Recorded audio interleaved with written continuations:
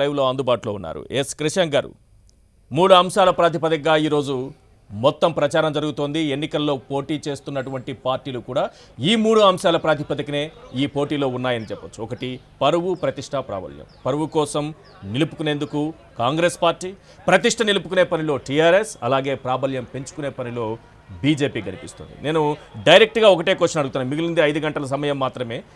ఎందుకు టీఆర్ఎస్కు ఓటు వేయాలి, ఎందుకు బీజేపీ కాంగ్రెస్ పార్టీలకు ఓటు వేయకూడదు, ఏం చెప్తారు? 2014 కంటే ముందు నీటి యుద్ధాలు జరుగుతుండే, ఇప్పుడు ఆ నీటి యుద్ధాలు కనబడతలేవు. విద్యుత్ సమస్యలు ఉంటుండే, 3 గంటలు విద్యుత్ కోతలు, కరెంటు ఎప్పుడు కట్ అయిపోతుందో అని అందరు కూడా వంట వండుకోవాలనుకుంటే ఆ విద్యుత్ ఆ టైంని చూసుకుంటే ఒక టైం టేబుల్ అనేది ఉంటుండే. కానీ ఆ పరిస్థితులు ఈరోజు లేవు. ఇన్ఫ్రాస్ట్రక్చర్, ఇన్వెస్ట్మెంట్, ఇంటెగ్రిటీ, ఎలాంటి అల్లర్లు లేకుండా కూడా ఈ 3 ఐస్, అందుకే ఈరోజు కంపెనీలు వస్తున్నాయి, ఇక్కడ పెట్టుబడులు పెడుతున్నాయి. ఇన్ఫ్రాస్ట్రక్చర్ని చేస్తున్నాం. ఎస్, ఇంకా చాలా పనులు కూడా ఒక విజన్ డాక్యుమెంట్ ఉండే దాన్ని చేస్తూ పోతున్నాం. కాబట్టి మళ్ళొకసారి మాకు అవకాశం కావాలి. ఎందుకు బీజేపీకి వేయొద్దు, ఒకటే సింగిల్ పాయింట్ చెప్తా. అసలైన మనిషి ఈరోజు వచ్చిండు. కేంద్ర హోంశాఖ మంత్రి జస్ట్ 4 రోజుల ముందు 6 రాష్ట్రాలకు వరద సహాయం 4380 కోట్లు అనౌన్స్ చేశారు. అందులో హైదరాబాద్ పేరు లేదు. కేవలం 24 గంటల ముందు ప్రధానమంత్రి గారు మన పక్కనున్న రాష్ట్రం, మన సోదరులు, తమిళ సోదరులు, తప్పేం లేదు, మంచిదే, తమిళనాడుకు వరదలు వస్తుంటే ట్విట్టర్ మాధ్యమంలో 2 లక్షల ఎక్స్గ్రేషియా ప్రధానమంత్రి నేషనల్ రిలీఫ్ ఫండ్ నుంచి అనౌన్స్ చేశారు. కానీ ఈరోజు అమిత్ షా గారిని అడుగుతున్నాం, అయ్యా హైదరాబాద్ ఫ్లడ్ రిలీఫ్కి ప్రధానమంత్రి నేషనల్ రిలీఫ్ ఫండ్ నుంచి, ఎన్డీఆర్ఎఫ్ నుంచి ₹1 కూడా మీరు ఎందుకు ఇవ్వలేదు? ఈ రోజు ఓట్లు అడుగుతున్నారు కదా, బీజేపీ వాళ్ళు సమాధానం చెప్పాలి హైదరాబాద్ ప్రజలకు. ఎస్, మాధవి గారు ఆన్సర్ చేస్తారా? ఈశ్వర్ గారు, మాధవి గారు, హలో. ఈశ్వర్ గారు, ఒకటి మనం గుర్తుంచుకోవాల్సింది ఏంటి అని అంటే, ఇవాళ ఈశ్వర్ గారు వినపడుతుందా? ఎస్, క్లియర్గా ఉంది మేడం, చెప్పండి. క్వశ్చన్ నేను అడగక ముందే మీకు టీఆర్ఎస్ నుంచి చాలా ప్రశ్నలు ఎదురయ్యాయి, వాటికి సమాధానం చెప్పండి. టీఆర్ఎస్ ముందు ప్రజలు అడిగే ప్రశ్నలకి సమాధానం చెప్పండి. ప్రజలు అడిగే ప్రశ్నలకి వాళ్ళ దగ్గర సమాధానం లేదు.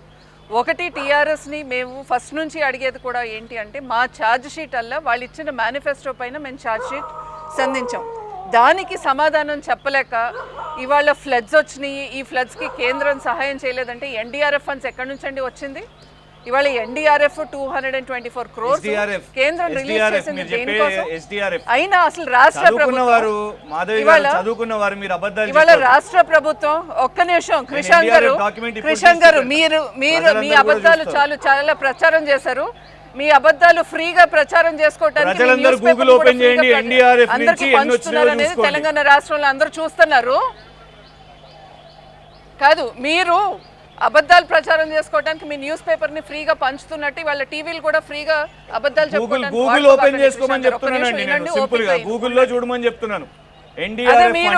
మీరు గూగుల్ ఓపెన్ చేసి ఇవాళ మీ కాదు మీరు అసలు ముందు మీ మేనిఫెస్టో ఎక్కడ ఉందో ఎతికి బయటకు తీయండి. 2016లో ఇచ్చిన మేనిఫెస్టో ఎందుకు డిలీట్ చేశారు, దానికి సమాధానం చెప్పండి.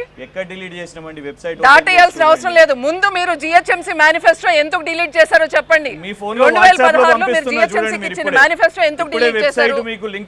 100 రోజుల ప్రణాళిక ఫోన్ లో మీరు నాకు పంపక్కర్లా.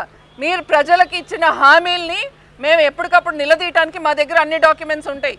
కానీ మీరు మేనిఫెస్టోని డిలీట్ చేయడంతోనే మీ చిత్తశుద్ధి ఏంటో అర్థమైంది. ఇవాళ జిహెచ్ఎంసీకి మీరు ప్రామిస్ చేసింది మేనిఫెస్టోలో కానివ్వండి, 100 రోజుల ప్రణాళికలో కానివ్వండి, ఏమి చేయాల రన్నింగ్ కామెంటరీలు పెట్టి ఇవాళ టాపిక్ని డైవర్ట్ చేసి ఇవాళ అక్కడి దాకా ఎందుకండి? ఇప్పుడు కొంగర్ కలాన్ సభలో ఏం మాట్లాడారో ఇవాళ నిన్న ఎల్బీ స్టేడియంలో కూడా అదే మాట్లాడారు. కేసీఆర్ గారికి అంతకు మించి వచ్చింది ఏమీ లేదు. ఇవాళ కేంద్రం నుంచి మంత్రులు వస్తున్నారు, లేకపోతే కేంద్రం నుంచి లీడర్లు వస్తున్నారంటే అక్కడ గజగజ వణికంటే అక్కడి నుంచి వస్తున్నారంట. అసలు గజగజ ఇవాళ గజ్వేల్లో కదా ఆయన గజగజ వణికింది. ఇవాళ ఇక్కడ గోల్కొండ కోట మీద బీటలు వారిందని చెప్పి కదా ఇవాళ బయటకు వచ్చి పాపం అయ్యా బాబు ఇద్దరు బయటకు వచ్చి ఎన్ని కష్టాలు పడుతున్నారో మనం చూస్తున్నాం. ఒకటి ఈశ్వర్ గారు, నేను స్ట్రేట్ గా అడుగుతున్నాను, జిహెచ్ఎంసీకి ఎవరండి వీళ్ళు? లాస్ట్ టైం పవర్ లో ఉన్నప్పుడు మేయర్ ఇవాళ బొంతు రామ్మోహన్ గారు కాదా? ఇవాళ బొంతు రామ్మోహన్ గారు ఎందుకు ఒక ప్రోగ్రెస్ రిపోర్ట్ ఇవ్వలేకపోతున్నారు? నిజంగానే డెవలప్మెంట్ కనుక చేస్తుంటే బొంతు రామ్మోహన్ గారు 150 డివిజన్లు తిరిగి ఎస్ నేను ఇది చేశాను అని చెప్పి చెప్పుకోవాలి. కానీ పరిస్థితి ఏంటి అని అంటే కేసీఆర్ గారు కేటీఆర్ గారు ఇదే మొహాలు వేసుకుని ఎప్పుడు దాకా అంటే ఇంకా హిమాంశు వచ్చేదాకా ఏ మొహాలు వేసుకుని తిరుగుతూ ఉంటారు అనమాట. ఎందుకంటే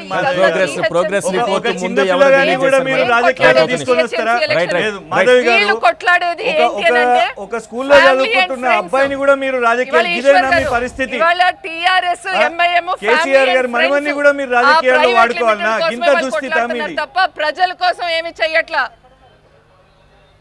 ఎస్, అవునన్నా కాదన్నా మాధవి గారు, అవునన్నా కాదన్నా మొన్నటికి మొన్న వచ్చినటువంటి వర్షాలు వరదలు చాలా ప్రభావం చూపాయి హైదరాబాద్ లో. ఆ వెంటనే మనకి జీహెచ్ఎంసీ ఎన్నికలు వచ్చాయి. ఈ వర్షాలు వరదల ప్రభావం. ఎస్, నా ప్రశ్న ఏంటంటే మాధవి గారు ప్లీజ్, మాధవి గారు, ఇప్పుడు రాజకీయాల్లో లేని వారి పేర్లు ఇక్కడ తీసుకురావడం ఒకటి కరెక్ట్ కాదు. అది పక్కన పెడదాం, అయిపోయిన విషయం పక్కన పెడదాం. రెండో విషయం, మనకి వర్షాలు వరదలు ఇవి కేంద్రంగా, ఎందుకంటే ఎలక్షన్కి ముందు వచ్చినటువంటి వర్షాలు వరదలు ప్రభావం చూపించే హైదరాబాద్లో. అవునన్నా కాదన్నా, ఇందులో అధికారంలో ఉన్నటువంటి పార్టీ టీఆర్ఎస్ తీసుకున్నటువంటి నిర్ణయాలు ఏంటి, చేసినటువంటి సాయం ఏంటి, గ్రేటర్లో అధికారంలో ఉన్నటువంటి టీఆర్ఎస్ చేసినటువంటి పనులేంటి, సహాయ కార్యక్రమాలు ఏంటి, అవి వారికి ఓట్లేస్తాయా వేయవా?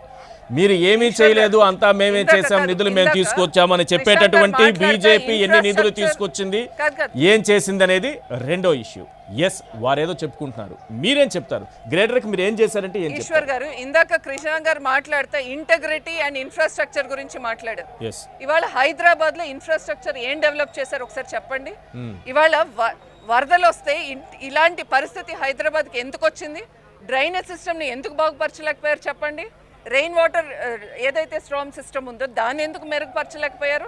అంటే 6 సంవత్సరాల నుంచి ఇన్ఫ్రాస్ట్రక్చర్ బిల్డ్ చేయడానికి ఏమాత్రం ప్రయత్నించకుండా ఇవాళ మాట్లాడితే గత ప్రభుత్వం అంటే అయ్యా గత ప్రభుత్వం మీరే కదా ఉంది, మొన్న 5 సంవత్సరాలు ఏం చేశారు? ఏమి చేయకుండా ఇప్పుడు మాట్లాడుతున్నారు. ఇవాళ ఈ 5 సంవత్సరాల్లో ఎన్ని ఎన్క్రోచ్మెంట్స్ పెరిగినాయండి, దానిపైన ఏం యాక్షన్ తీసుకున్నారు? వీళ్ళల్లా ఏంటి అని అంటే ఎప్పటికప్పుడు టైం పాస్. కాకపోతే ఏంటి అని అంటే ఇవాళ వీళ్ళ వైఫల్యాలు, వీళ్ళ ఇంపార్టెన్స్ ఏంటి అని అంటే ఎస్పెషల్లీ మీరు చూడండి, ఇన్ఫ్రాస్ట్రక్చరు ఇవాళ ప్రజలకి కావాల్సిన ఇన్ఫ్రాస్ట్రక్చర్ డెవలప్ చేయరు. ప్రగతి భవన్ ఆయనకి కావాల్సింది, సెక్రటేరియట్కి వెళ్ళట్లేదంటే సెక్రటేరియట్ని కూల్ చేయటం. Is that a priority Eshwar గారు? Priority is definitely going to be infrastructure for the people here. Drainage system ఒక ప్రయారిటీ, రోడ్స్ ఒక ప్రయారిటీ. ఇవాళ శ్మశాన వాటికల గురించి వాళ్ళు 100 రోజుల ఈ అంశం టీఆర్ఎస్ కి ఇబ్బందికరంగా మారబోతోందా? ఈ అంశం టీఆర్ఎస్ కి ఇబ్బందికరంగా మారబోతోందా? మీరు నిధులు ఇవ్వలేదని వాళ్ళు అంటున్నారు. ఎస్, ఇక్కడ డెవలప్ కానటువంటి పరిస్థితులు హైదరాబాద్ నగరంలో చిన్న వర్షం పడితే జరిగేటటువంటి నిధులు ఇవ్వకపోతే ఒక నిమిషం మేడం, ఇచ్చిన ఫండ్స్ కి మ్యాచింగ్ గ్రాంట్ ఫండ్స్ ఇవ్వమని చెప్పనండి. Right, okay. నంబర్ 1, నేను అద్దంకి దయాకర్ గారు మీకు అలవాటు మ్యారథాన్ ప్రెస్ మీట్లు పెట్టి ఒక ఎలక్షన్ రిజల్ట్ రాగానే పాజిటివ్ అయితే మీరు మ్యారథాన్ ప్రెస్ మీట్లు పెడతారు, ఓడిపోతే మాత్రం వచ్చి మొహాలు చూపించరు. కృష్ణ గారు, ఓకే. మాధవ్ గారు అయిపోయిందా? Yeah, thank you. నేను అద్దంకి దయాకర్ గారు, ప్రజలు మీకు చూపిస్తారు, ప్రజలు చూపిస్తారు. సంతోషం. మీ ఇంటాలరెన్స్ కూడా చూస్తున్నారు లేండి. కానీ నేను అద్దంకి దయాకర్ గారు వాట్సాప్ లో, మాధవి గారు వాట్సాప్ లో, ఈశ్వర్ గారు వాట్సాప్ లో, ముగ్గురు వాట్సాప్ లో NDRF ministry of home document ని పంపించినాను. నేను వాట్సాప్ లో పంపించినాను, ప్రజలకు కూడా తెలియాలి. అందులో ఎక్కడ తెలంగాణకి ఎంత వచ్చినాయో నాకు దయచేసి చూపెట్టాలని నేను ముగ్గురిని కూడా కోరుతున్నాను. అయితే ఇక సరే, ఇక వాళ్ళు ఇచ్చినామని అబద్ధం చెప్పుకోవడం వాళ్ళకు పెద్దగా ఇది కొత్తదేం కాదు, వాళ్ళకి వెన్నతో పెట్టిన విద్య. నెవర్దలెస్, ఈరోజు 2 రోజుల ముందు మనకంటే మంచిగా డెవలప్డ్గా ఉన్న చెన్నై వరదల్లో చూసినాము, ముంబైని చూస్తూ ఉంటాం ప్రతి సంవత్సరం, అహ్మదాబాద్ని చూస్తూ ఉంటాము, బెంగళూరుని చూస్తుంటాం. అంటే వరద మొత్తము ప్రపంచంలో న్యూయార్క్, న్యూజెర్సీ, ఢిల్లీ, ముంబై అందరూ అన్ని రాష్ట్రాల్లో చూస్తుంటాం ఈశ్వర్ గారు. మనం హైదరాబాద్లో కూడా మనం చూసినాం. వరద అనేది నిజంగా ఏ ప్రభుత్వం, ప్రధానమంత్రి గారు 1,00,000 కోట్లు గుజరాత్కి ఇచ్చినా కూడా, అహ్మదాబాద్కి ఇచ్చినా కూడా వరదలో ఆ నగరం మునిగిపోయింది. అది కొత్త ఏం కాదు, దాన్ని వీళ్ళు రాజకీయం చేసుకోవాలనే ప్రయత్నం చేస్తారు. ఇన్ఫ్రాస్ట్రక్చర్ బిల్డింగ్ అంటే స్పష్టంగా ఈరోజు అంటే ఏమీ కాలేదు ఈ నగరానికి అనే విధంగా వాళ్ళు ఏదైతే మాట్లాడుతున్నారో, మరి ఏమి కాకుండానే ఈరోజు ఉట్టిగానే నంబర్ 1 ర్యాంకింగ్ వాళ్ళ కేంద్ర ప్రభుత్వం స్వచ్ఛ సర్వేక్షణలో ఉట్టిగానే ఇస్తుందా? లేకపోతే ప్రపంచ స్థాయి మర్సల్ రేటింగ్లో ఈరోజు హైదరాబాద్ నగరం, లేకపోతే పెద్ద పెద్ద ఇండస్ట్రీస్ ఎందుకు వస్తాయి? ఇండస్ట్రీస్ ఒక్క చిన్న విషయం మనం ఆలోచించాలి. ఈరోజు అమెజాన్ వెబ్ సర్వీసెస్ వాళ్ళు యునైటెడ్ స్టేట్స్ ఆఫ్ అమెరికా తర్వాత అతిపెద్ద క్యాంపస్ ని ఈ రోజు హైదరాబాద్ లో కట్టిర్రంటే, Amazon మీ గూగుల్ drive కట్టిర్రంటే, facilities వచ్చిందా? ఆపకండి మాధవి గారు, ఆపకండి. Yes, yes, తర్వాత sir. మీకు ఒక్క అవకాశం నిమిషం వచ్చినప్పుడు మేడం. మీకు అవకాశం మంచిగా డీటెయిల్ గా మీకు అవకాశం మాట్లాడండి. ఇస్తాను. ఇండస్ట్రీ మీకు అవకాశం ఇస్తాను, మాధవి. ఒక డిఫెన్స్ ఫెసిలిటీ చూసి వచ్చిందా అని మాధవి గారు ఎందుకంత ఇప్పుడు ప్రధానమంత్రి గారు దగ్గరుండి వ్యాపారవేత్తలను అక్కడ పెట్టకండి, మా దగ్గర పెట్టండి డిఫెన్స్ కారిడార్ ని. బుందేల్ఖండ్లో ఏరోస్పేస్ ప్రతి సంవత్సరం హైదరాబాద్ లో అవుతుంది. టాటా, బోయింగ్ లాంటి అతిపెద్ద విమానం మ్యానుఫ్యాక్చరింగ్ పార్ట్స్. మాధవి గారికి నేను ఇది లాస్ట్ వార్నింగ్ చెప్తున్నా, మిమ్మల్ని అస్సలు 2 గంటలు మాట్లాడి నేను చెప్తున్నా.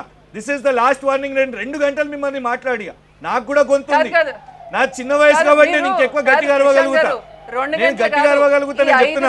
I will not let you talk the entire show. సంవత్సరాలు ప్రజలు మిమ్మల్ని మాట్లాడినెవరు గుర్తుంచుకోండి. ఇంకా ఇన్ని సంవత్సరాలు సంవత్సరాలు మిమ్మల్ని మాట్లాడినెవరు ప్రజలు ఉండాలండి మీకు.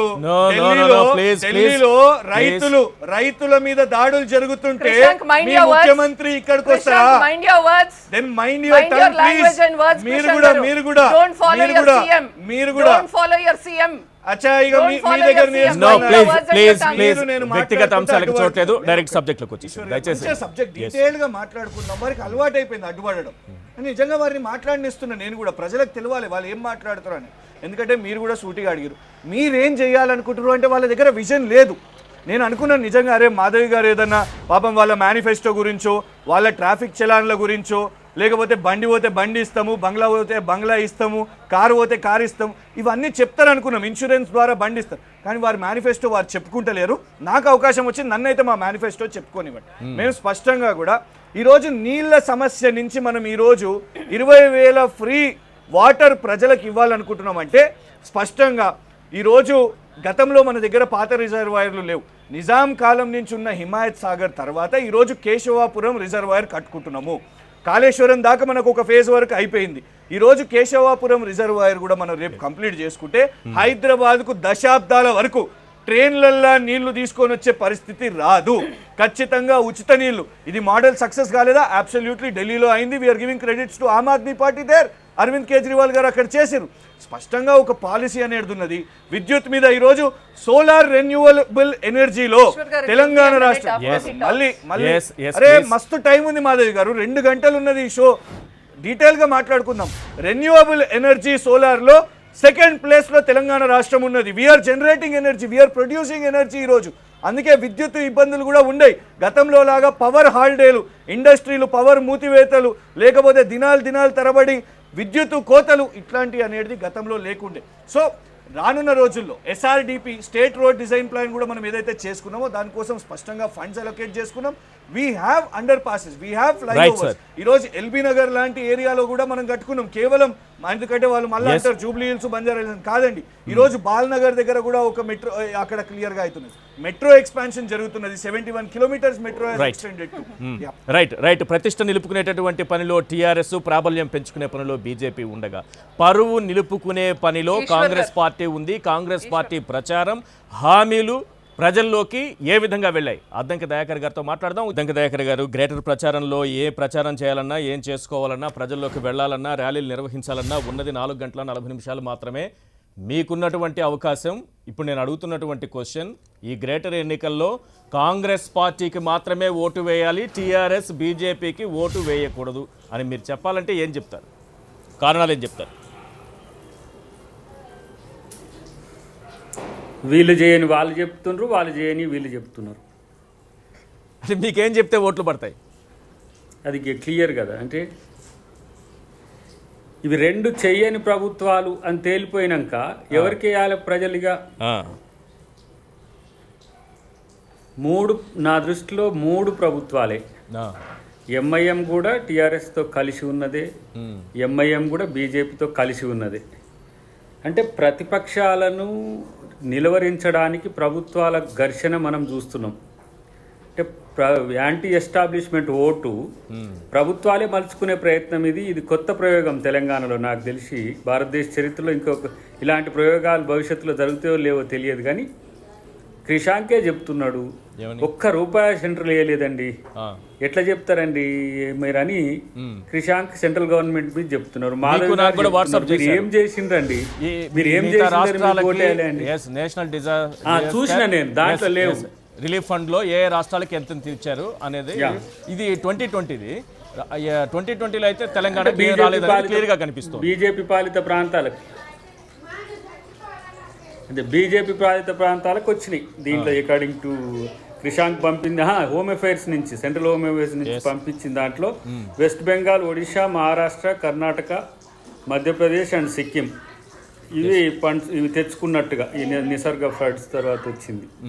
అయితే నేనేమంటున్నా అంటే ఒకవేళ ప్రభుత్వాల పనితీరుకే గీటురాయి ఈ ఎన్నికలు కావాలనుకుంటే ప్రజలు ఓట్లు అడిగే నైతిక హక్కు 2 ప్రభుత్వాలు కోల్పోయినాయి. దాని కొరకే కదా ఇప్పుడు మనం మాట్లాడుకుంటున్నదేమో కొంచెం ఎకడమిక్గా ఉంది, కానీ బయట జరుగుతున్నది అట్లా ఉందా? ఏం జరుగుతుంది? ఒక ఆయనేమో సర్జికల్ స్ట్రైక్ చేస్తా అంటున్నాడు, ఇంకా ఆయనేమో పివి నరసింహరావు ఘాట్ని తర్వాత ఎన్టీఆర్ ఘాట్ని కూల్స్తా అంటున్నాడు. అట్లనే చేస్తే నీ దారుసలాంను కూల్స్తా అంటున్నాడు. కానీ కాంగ్రెస్ పార్టీ ఇట్లాంటి కూల్చే ప్రయత్నాలు చేయదు, నిర్మిస్తుంది. ఎందుకంటే దారుసలాంకు స్థలం ఇచ్చింది మేమే. ఈ సర్జికల్ స్ట్రైక్ నిర్మాణంలో స్ట్రైక్ కామెంట్ కానీ లేకపోతే పివి అలాగే ఎన్టీఆర్ ఘాట్లు కూలుస్తామనేది ఎంఐఎం కామెంట్ పెడదాం, దాన్ని రక్షించే బాధ్యత మేము తీసుకుంటామని మళ్ళీ బీజేపీ అక్కడికి వెళ్ళి ప్రమాణం చేయటం కానీ ఈ 2 బీజేపీకి సంబంధించిన అంశాలు కదా. మీరు క్వశ్చన్ చేయాల్సింది బీజేపీని కదా.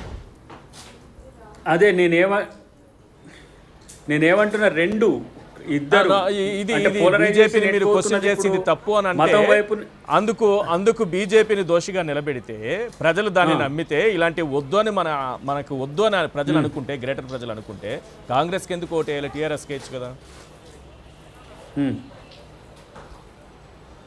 అదే కాదు, టీఆర్ఎస్ పార్టీనే కదా ఇప్పుడు ఇన్ని రోజులు అదంతా దాచింది దోచింది అని చెప్తున్నది బీజేపీ. మళ్ళీ టీఆర్ఎస్ పార్టీకి ఎందుకట? ఇలా రెండు కామెంట్లను మీరు నిశ్చితంగా కొంచెం గమనించండి. ఇలా రోహింగ్యాలు కానీ దేశద్రోహ శక్తులు కానీ పాకిస్తానీయులు కానీ ఓల్డ్ సిటీలో ఉంటే ఎవరు బాధ్యత వహించాలి? ఒకటి దాచిన రాష్ట్ర ప్రభుత్వం, దాచినా కూడా పట్టించుకొని కేంద్ర ప్రభుత్వం బాధ్యత వహించాలి. రెండవది ఇలా పివి నరసింహరావుది ఎన్టీఆర్ ఘాట్ కూల్స్తా అనేది ఎక్కడిది? అక్బరుద్దీన్ ఏ ఐసత్తో అంటాడు? ఎవరైనా ఏంది ఆయన కథ ఏంది అసలు? మరి ఆయన సంగతి ఏందో చూడరా ప్రభుత్వాలు? ఒక దేశ నాయకులను, ప్రధానమంత్రులను, ముఖ్యమంత్రులను కలిసి ఇట్లా కాల్ చేస్తా అంటే ఆట చూస్తుండ్రా? అంటే ఇదంతా ఎన్నికల సంఘం అనేది ఏం చేస్తున్నట్టు ఇప్పుడు? కోరలు లేవా? ఎన్నికల జుడిషియరీ వాళ్ళ చేతుల్లో ఉంటుంది. ఎందుకు ఏముంటది కేసులతో? ఏమైతుంది కేసులతో? జరిగేది జరిగినాక రేపు ఇదే మారణ హోమం జరుగుతుందండి. ఎవడో పనికిరాని చెత్తగాడు ఏదో ఒక ఉపద్రవానికి తెరలేపుతాడు. చేస్తుందా ఎలక్షన్ కమిషన్ కేసులతో? అంటే కేవలం కంటి తుడుపు చర్యలుగా. ఇప్పుడు దుబ్బాకలో కూడా ఏం జరిగింది? రఘునందన్ ఫండ్స్ దొరికినాయని ప్రచారం మొదలు పెట్టిండ్రు. ఇంతవరకు ఆ ఫండ్స్ ఎవరికో దొరకలే, రఘునందన్ గెలిచిపోయిండు. ఇప్పుడు ఇక్కడ కూడా అంతే అవుతుంది. లేఖలు రాసిండ్రు అన్నారు, ఆ లేఖలకు లెక్కలేదు. ఇవాళ ఎవడన్నాడో కూడా వానికి లెక్కలేదు. ఇష్టం వచ్చినట్టు మాట్లాడవచ్చు అనమాట. అంటే ఇష్టానుసారంగా ఘర్షణపూరిత వాతావరణం తెచ్చి ఎన్నికల్లో మేము చాలా ప్రచారంలో ముందున్నామని చెప్పి ధన ప్రవాహం చేసి, కరోనా కూడా లెక్కలేదు. మీరు చూస్తే కరోనా లెక్కలేదు, వేలు కాదు. ఇప్పుడు ఇవాళ ర్యాలీలలో దాదాపు లక్షల మంది రోడ్ల మీద ఉన్నారు. అంటే ప్రభుత్వం, బాధ్యతాయుత ప్రభుత్వాలు ప్రచారం చేస్తున్న తీరు ఇది. అమెరికా ఎలక్షన్స్ కూడా ఇంతమందితో జరగవు ఒక రకంగా చూస్తే ఈ టైంలో. అంటే వీళ్ళకి ఏం బాధ్యత ఉన్నట్టు? ప్రజలు చావని మన కోట్లు కావాలి, ప్రజలు మతాలతో కొట్లాడుకొని మన కోట్లు కావాలి, ప్రజలకు ఏం డెవలప్ చేయకమంటే కానీ గ్రేటర్ హైదరాబాద్ ఎన్నికలు ఫిబ్రవరి వరకు ఉండని, అయినా సరే మనం ఇప్పుడు గెలిచిపోవాలి. ప్రజల్ని గెలవలేక వాళ్ళు గెలిచే ప్రయత్నంలో ఏ విధంగా వాళ్ళు నైతికంగా ఓటమి చెందుతుండ్రో మనం చూస్తున్నాం. అంటే జన సమీకరణలో మీరు ఫెయిల్ అయ్యారు కాబట్టి సమయం ఉందనుకోవడం. బీహార్ ఎన్నికల్లో కాంగ్రెస్ పార్టీ పోటీ చేయలేదా? ప్రచారాలు నిర్వహించలేదా? సభలు పెట్టుకోలేదా? జనాన్ని తీసుకురాలేదా? చూపించిరా మా ఏమన్నా ఉన్నాయా మీ దాంట్లో? మా విజువల్స్ అంటే బీహార్ ఎన్నికల్ని ఇక్కడ కాంగ్రెస్ పార్టీ సభకు ఎంతమంది వచ్చారనేది ఇప్పుడు వీడియో చూపిస్తే కానీ నమ్మరా జనం? నా ఫేస్బుక్ లో పెట్టినా ఇప్పుడు దయాకర్ గారు, బీహార్ లో కాంగ్రెస్ పార్టీ ఎన్నికల ప్రచారానికి, రాహుల్ గాంధీ ఎన్నికల ప్రచారానికి జనం రాలేదా? మీరు జన సమీకరణ చేయలేదా? ర్యాలీలు తీయలేదా అక్కడ? కాదు, ఈడ జన సమీకరణ లేదా? ఇక్కడ ఉంది. అదే అంటే కాదా? అంటే జనం టీవీలలో మీరు ఏమంటారంటే బీజేపీ టీఆర్ఎస్ జన సమీకరణ ర్యాలీల గురించి మాట్లాడుతున్నారు. నేను కాంగ్రెస్ పార్టీ చేయలేదని చెప్పట్లేదు. అది తప్పు అని అనుకుంటే బీహార్లో కాంగ్రెస్ పార్టీ చేసింది చూడండి కదా ఒక వార్డుకి ఎంతమంది ఉన్నారో కాదు, ఇక్కడ చూడండి మీరు ఒక వార్డుకి ఎంతమంది స్టిపులేటెడ్గా ఉండాలనో నాకు తెలిసి మనకు ఎలక్షన్ కమిషన్ ఇచ్చిన రూల్ ప్రకారం 200-300 మందికి పైచిలుక ఒక వార్డులో తిరగొద్దు. ఇలా మీరు చూడండి ప్రతి దగ్గర ఇప్పుడు 1000 దాటిపోయినాయి. అవును, అక్కడ కూడా బహిరంగ సభలకు అనుమతులు కూడా ఇవ్వలేదు బీహార్లో. మాకు సంబంధించిన వాటిలో మీరు సీమాంచల్లో నేను ప్రత్యేకంగా జార్ఖండ్ అనుకొని ఉన్న జిల్లాల్లో చాలా మందితో నేను కోఆర్డినేట్ కూడా చేసినాం. అక్కడ లేవు, ఇక్కడ మా ఫ్లెక్సీలు జించేసిండ్రు, మాకు ప్రచారానికి లేవు. ప్రభుత్వాలు ఎట్లా పెట్టుకునే చూడండి ఇప్పుడు. అంటే ఇలాంటి ఎన్నికలు ఇక కేవలం వాళ్ళు గెలవడం కొరకు చేసి ప్రజల ప్రాణాలను కూడా పక్కన పెట్టి ఇప్పుడు ప్రజల ప్రాణాల కంటే కాంగ్రెస్ పార్టీ గెలవడం ముఖ్యమని అనాలంటారు ఇప్పుడు మీరు, అంతే కదా? నేను అనట్లేదు. అంటే అన్ని చోట్ల ఒకటే రూల్ వరకు ఉన్నదైనా సరే ముందస్తుగా పెట్టి కరోనా ఉన్నా సరే ఐసీఎంఆర్ పక్కన పెట్టమన్నా చెప్తున్నా. అన్ని చోట్ల కాదు, నువ్వు కంపల్షన్ లో నువ్వు కదా పెట్టేది. నీ చట్టంలో ఏం చేసినావు, నువ్వు రెడీగా ఉన్నప్పుడే నువ్వు పెట్టాలని చెప్పేసి నువ్వు ఎలక్షన్ కమిషన్కి ఒక యాక్ట్ తయారు చేసినావు కాబట్టి వచ్చింది. ఆయన వచ్చిండు కానీ ఎట్లా వస్తున్నాడు మీ అభివృద్ధి? ఇప్పుడు నిజంగా ఇంతకుముందు జరిగిందంత చర్చ ఏంది? అభివృద్ధి కేంద్రం రాష్ట్రం హైదరాబాద్కి ఏం చేసినాయి చేయమనండి. ఇప్పుడు క్రిషాంక్ను ఫేజ్ 2లో వంతుల వారీగా బస్తీ సంక్షేమానికి ఎంత పెట్టినాము, రోడ్ల సంక్షేమానికి ఎంత పెట్టినాము, లేదంటే ఫ్లైఓవర్లకు ఎంత పెట్టిన చెప్పమనండి. దానికి కేంద్రం ఏం చేసిందో చెప్పమనండి. 2014 కంటే ముందు ఏం చేసినామో ఒక కేటగిరికల్ చర్చ పెట్టుకుందాం. ఇది బస్తీ వాసులకు కానీ పట్టణ ప్రజలకు కానీ లేకపోతే 2 తెలుగు రాష్ట్రాల ప్రజలకు కూడా అవసరమైన చర్చ. అవును, కానీ ఇన్ని రోజులు జరుగుతున్న చర్చ అంతా కూడా ఎంత ఏహ్యమైన చర్చ అంటే అది మనం మతాలతో రాజకీయాలు అనేది ఒక ఏమంటారు వెగుటు పుట్టే వ్యవహారం అయితే దాన్ని రెచ్చగొట్టి విద్వేషాలు రెచ్చగొట్టే స్థాయికి వచ్చాయి. కృష్ణ గారు అంటే ఒకటి ఈరోజు అంటే ఆర్గ్యుమెంట్ ఆఫ్ కన్వీనియన్స్ చేయొద్దు. దయాకర్ గారు బీజేపీ వాళ్ళు ఎంఐఎంతో కలిసి ఉన్నారు, టీఆర్ఎస్ వాళ్ళు ఎంఐఎంతో కలిసి ఉన్నారు, కాంగ్రెస్ వాళ్ళు ఎంఐఎంతో కలిసి లేరా? దేశవ్యాప్తంగా ఉండే, ఇక్కడ కూడా ఉండే, ఎన్నోసార్లు కలిసి వాళ్ళైతే ఎన్నోసార్లు కాంగ్రెస్ ప్రభుత్వాన్ని ఓటేసి కాపాడిన ఎంఐఎం కదా. ఇక్కడైతే వాస్తవానికి మీరు గమనిస్తే కూడా 14లో కానివ్వండి 18లో ఎవరు పొత్తే అవసరం లేకుండే, సింగిల్ మ్యాండేట్ దొరికింది టీఆర్ఎస్ పార్టీకి. సో అట్లా మాట్లాడడం అది కరెక్ట్ కాదు. అంటే మరి కాంగ్రెస్ ఎప్పుడు కూడా అసలు బెనిఫిటే పొందలేదు ఎంఐఎం పార్టీ నుంచి అన్నట్టు అనలేరు. ఎందుకంటే డైరెక్ట్గా వాళ్ళు ఒకరినొకరు అలయన్స్లలో పోటీలలో చేసుకున్న పరిస్థితి చూసినాం అందరం కూడా. ఏదేమైనా అధికార పార్టీలు కలిసి కాంగ్రెస్ని రానివ్వకుండా ఈశ్వర్ గారు మీరు బీహార్ విజువల్స్ వరకు ఎందుకు ఈశ్వర్ గారు ఈరోజు నిజంగా కూడా అంటే యాక్చువల్లీ దయాకర్ గారు చాలా లాజికల్గా మాట్లాడుతూ ఉంటారు కానీ ఇక్కడ ఎందుకు అంటే పాపం వారు కూడా డిఫెండ్ చేయాలి అనే పరిస్థితికి వచ్చేసింది కాబట్టి చేస్తున్నారని నేను బలవంతంగా చేస్తున్నారు అని భావిస్తున్నాను. ఎందుకంటే దుబ్బాకలోనే చూసినాం కదా కోవిడ్ నియమ నిబంధనలు కాంగ్రెస్ పార్టీ అసలు ఎవరు మాట్లాడేటట్లేరు. ఆనెస్ట్గా చెప్తున్నాను, నేనైతే ఏ పొలిటికల్ పార్టీ మాట్లాడలేదు, దట్ ఈస్ ఆనెస్టీ. కానీ కాంగ్రెస్ పార్టీ ఎందుకంటే దుబ్బాకలో ఎవరు ర్యాలీలు తీయలేదా? తీసిరు కదా, అందరు తీసిరు, కాంగ్రెస్ పార్టీ వాళ్ళు కూడా తీసిర్రు. కానీ ఇంకొకటి ఏంటిది, ఈ రోజు ఏమంటుర్రు వార్డులో కూడా ఉన్నది మొత్తము కాంగ్రెస్ పార్టీ వరదలు కూడా మర్చిపోయి నాయకులందరూ కూడా అక్కడనే ఉన్నారు. మల్కాజ్గిరి ఎంపీ గారు అసలు మల్కాజ్గిరి కూడా ఎఫెక్టెడే, అంత పెద్ద దేశంలో ఉన్న అతిపెద్ద పార్లమెంటు అని రేవంత్ రెడ్డి గారు చెప్తూ ఉంటారు. ఎక్కడున్నారండి వరదలు వచ్చినప్పుడు? దుబ్బాకలో ప్రచారంలో పూర్తిగా అక్కడనే స్టేషన్ అయి ఉన్నారు. అసలు నిజంగా కూడా వారు దుబ్బాక రేసులోనే లేరు. ఇక్కడ ప్రయారిటీగా కనీసం అరే పాపం కాంగ్రెస్ కార్యకర్తలు కూడా వరద సహాయం చేసుకోవాలనుకున్నారండి. వాళ్ళు పోయి కొంచెం ప్రజలకు పులిహోర ప్యాకెట్లు ఇవ్వాలనో వాటర్ ప్యాకెట్లు ఇవ్వాలనో కోరిక ఉంటుంది. కానీ నాయకుడే లేనప్పుడు కార్యకర్తలు ఎంత వీక్ అయిపోతారు. ఈరోజు వాళ్ళు వచ్చి ఇవన్నీ మాట్లాడడం కరెక్ట్గా లేదు. ఏదేమైనా కూడా మేము రెడీగా ఉన్నాం. మీరు ఒకవేళ నిజంగానే లాజిస్టిక్స్ డిబేట్ పెట్టాలనుకుంటే నేను చెప్పేటప్పుడు కూడా నేను చాలా ఇంటీరియర్గా పోయి మాట్లాడుతున్నాను. నేను అటు ఒకవైపు నెసెసిటీ ఇన్ఫ్రాస్ట్రక్చర్ కానివ్వండి, ఒకవైపు బ్యూటిఫికేషన్ కానివ్వండి. బ్యూటిఫికేషన్ కూడా ఎందుకు అవసరం అంటే ఈరోజు దేశంలో టాప్ 4 నగరాల్లో మన నగరం వచ్చినప్పుడు ఖచ్చితంగా ఒక పర్యాటక కేంద్రంగా కూడా చూస్తారు, టూరిజం సెంటర్గా కూడా చూస్తారు. అందుకే కదా మనం బ్యూటిఫికేషన్కి కూడా ఇంపార్టెన్స్ ఇచ్చినాం. ఒకవైపు నేను మన బాల్నగరు కుకట్పల్లి ఈ ఫ్లైఓవర్ గురించి మాట్లాడుతూనే లకడీ కపూల్ లాంటి ఒక సెంటర్ ఏరియాలో కూడా అక్కడ బ్యూటిఫికేషన్ కానివ్వండి, లేకపోతే మన సీతాఫల్ మండి దగ్గర ఒక వాటర్ ఫౌంటైన్ కానివ్వండి, ఒకవైపు బ్యూటిఫికేషన్ మాట్లాడుతూ రోడ్ రిపేర్ అవ్వట్లేదా? ఖచ్చితంగా రోడ్ రిపేర్. ఎక్కడైతే యాక్సిడెంట్స్ జరుగుతున్నాయో అక్కడ యాక్సిడెంట్ స్పాట్స్, మా తాడబండి దగ్గర యాక్సిడెంట్లు జరుగుతుండే, రబ్బర్ స్ట్రిప్స్ వేపియడం కానివ్వండి, ఎల్ఈడి లైట్స్ రానివ్వడం కానివ్వండి. ఎల్ఈడి లైట్స్ ఈఎస్ఎల్ వాళ్ళు వాటిని ఇన్స్టాల్ చేస్తుంటే ప్రతి సంవత్సరము 100 కోట్లు హైదరాబాద్ మరి జిహెచ్ఎంసీ మున్సిపల్ కార్పొరేషన్ ద్వారా మేము కడుతూ ఉంటాం ఆ ఏదైతే ఫండ్ ఉన్నదో. సో ఇవన్నిటిని కూడా చాలా సూక్ష్మంగా, ఈవెన్ గార్బేజ్ విషయం మీద కూడా ఒకవైపు సాలిడ్ వేస్ట్ మేనేజ్మెంట్ ప్లాంట్స్, ఒకవైపు వేస్ట్ టు ఎనర్జీ ప్లాంట్స్, ఇంకోవైపు ఈవెన్ చాలా సూక్ష్మంగా మున్సిపల్ శాఖ మంత్రి గారు ఎక్స్ప్లెయిన్ చేశారు. తడి చెత్త, పొడి చెత్త వాటి కోసం జిహెచ్ఎంసీ ద్వారా చెత్తబొట్టలో ఇవ్వడము, అంతేకాకుండా శానిటేషన్ వాళ్ళది కూడా ఎందుకు అడ్డుపడుతున్నారు? ఇంకోటి జీతాలు పెంచలేదా? మున్సిపల్ కార్మికులది జీతాలు పెంచలేదా? దయాకర్ గారు లేవనెత్తినటువంటి triangle love story, TRS, MIM, BJP, ఈ ట్రయాంగిల్ లవ్ స్టోరీ గురించి ఏం చెప్తారు? అంటే రాజకీయంగా ఏ రాజకీయ పార్టీ కూడా అధికారంలో సింగిల్ గా వస్తుంది అన్నప్పుడు వేరేళ్లతో ఎందుకు పంచుకుంటారండి? ప్రత్యేకంగా అది నష్టం జరుగుతుందని తెలిసినప్పుడు కాంగ్రెస్ నష్టం చేయాలండి, మీరు లాభపడతారా లేదా కానీ కాంగ్రెస్ ఒకటి ప్రజలు బూత్కి వెళ్ళినప్పుడు ఏ సింబల్ ని చూస్తున్నారు? ఇగోండి గుండె మీద ఉన్న కార్ సింబల్ ని చూస్తున్నారు. ఏ రంగుని చూస్తున్నారు? గులాబీ జెండా రంగుని చూస్తున్నారు. నాయకుడు ఎవరు? కేసీఆర్ గారు. ఎస్ మేడం, మీరు చెప్పండి మీ ట్రయాంగిల్ లవ్ స్టోరీ గురించి. BJP, TRS, MIM.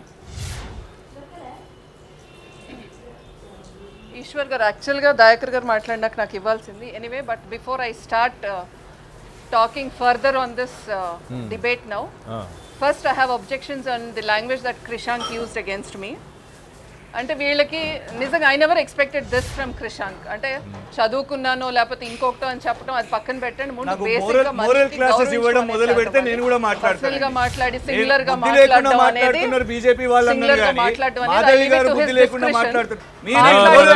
మాట్లాడింది కాక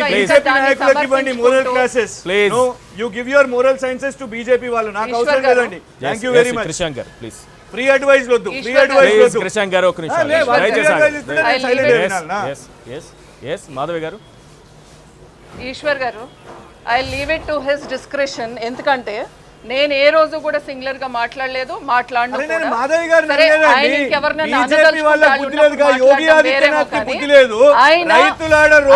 కొట్లాడుతుంటే ఈడ వచ్చి ప్రచారం చేస్తున్నాను నేను. మీరు ఇంకా చాలా ఎక్కువైంది. మహిళని గౌరవం ఇస్తుంటే ఏం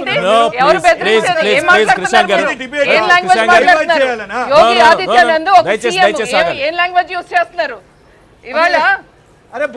యోగి ఆదిత్యనాథ్ ఒక సీఎం ఏం మాటలు మాట్లాడుతున్నారు ఈశ్వర్ గారు? ఇవ్వండి ఈ పాఠాలు పోయి బండి సంజయ్ చెప్పండి, ఈ పాఠాలకు పోయి బండి సంజయ్ చెప్పండి, అరవింద్ కి చెప్పండి. ఈశ్వర్ గారు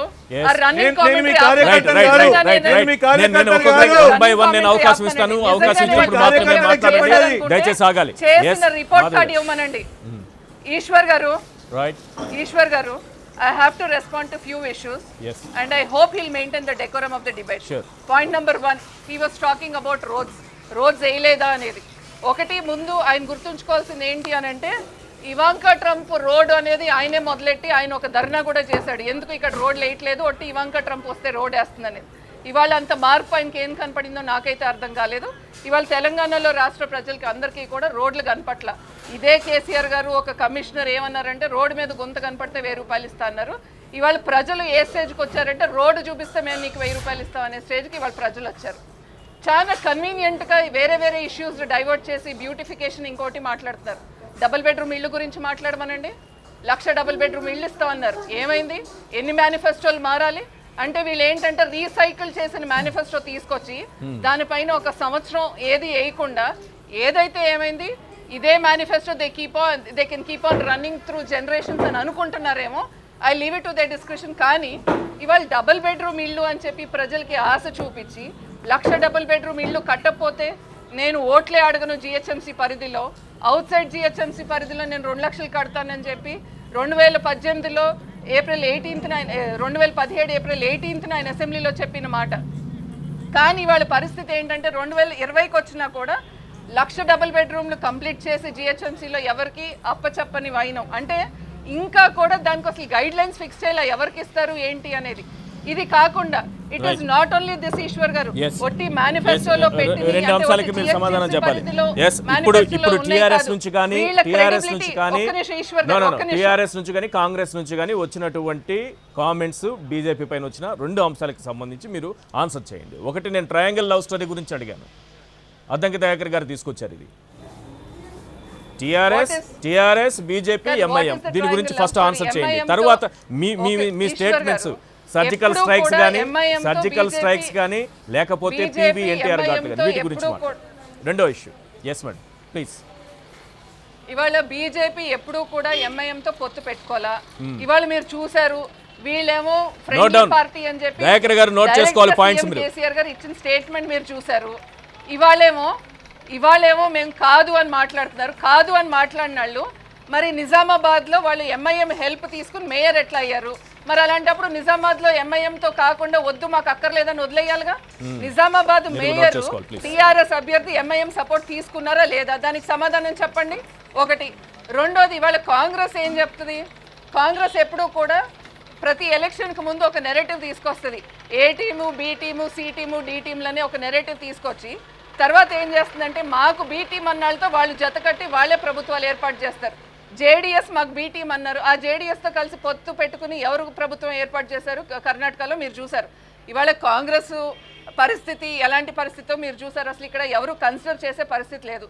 ఐ రెస్పెక్ట్ దయాకర్ గారు, ఎందుకంటే దయాకర్ గారు డెఫినెట్ గా సబ్జెక్ట్ పైన మాట్లాడతారు అండ్ డిఫరెంట్ గా మాట్లాడతారు.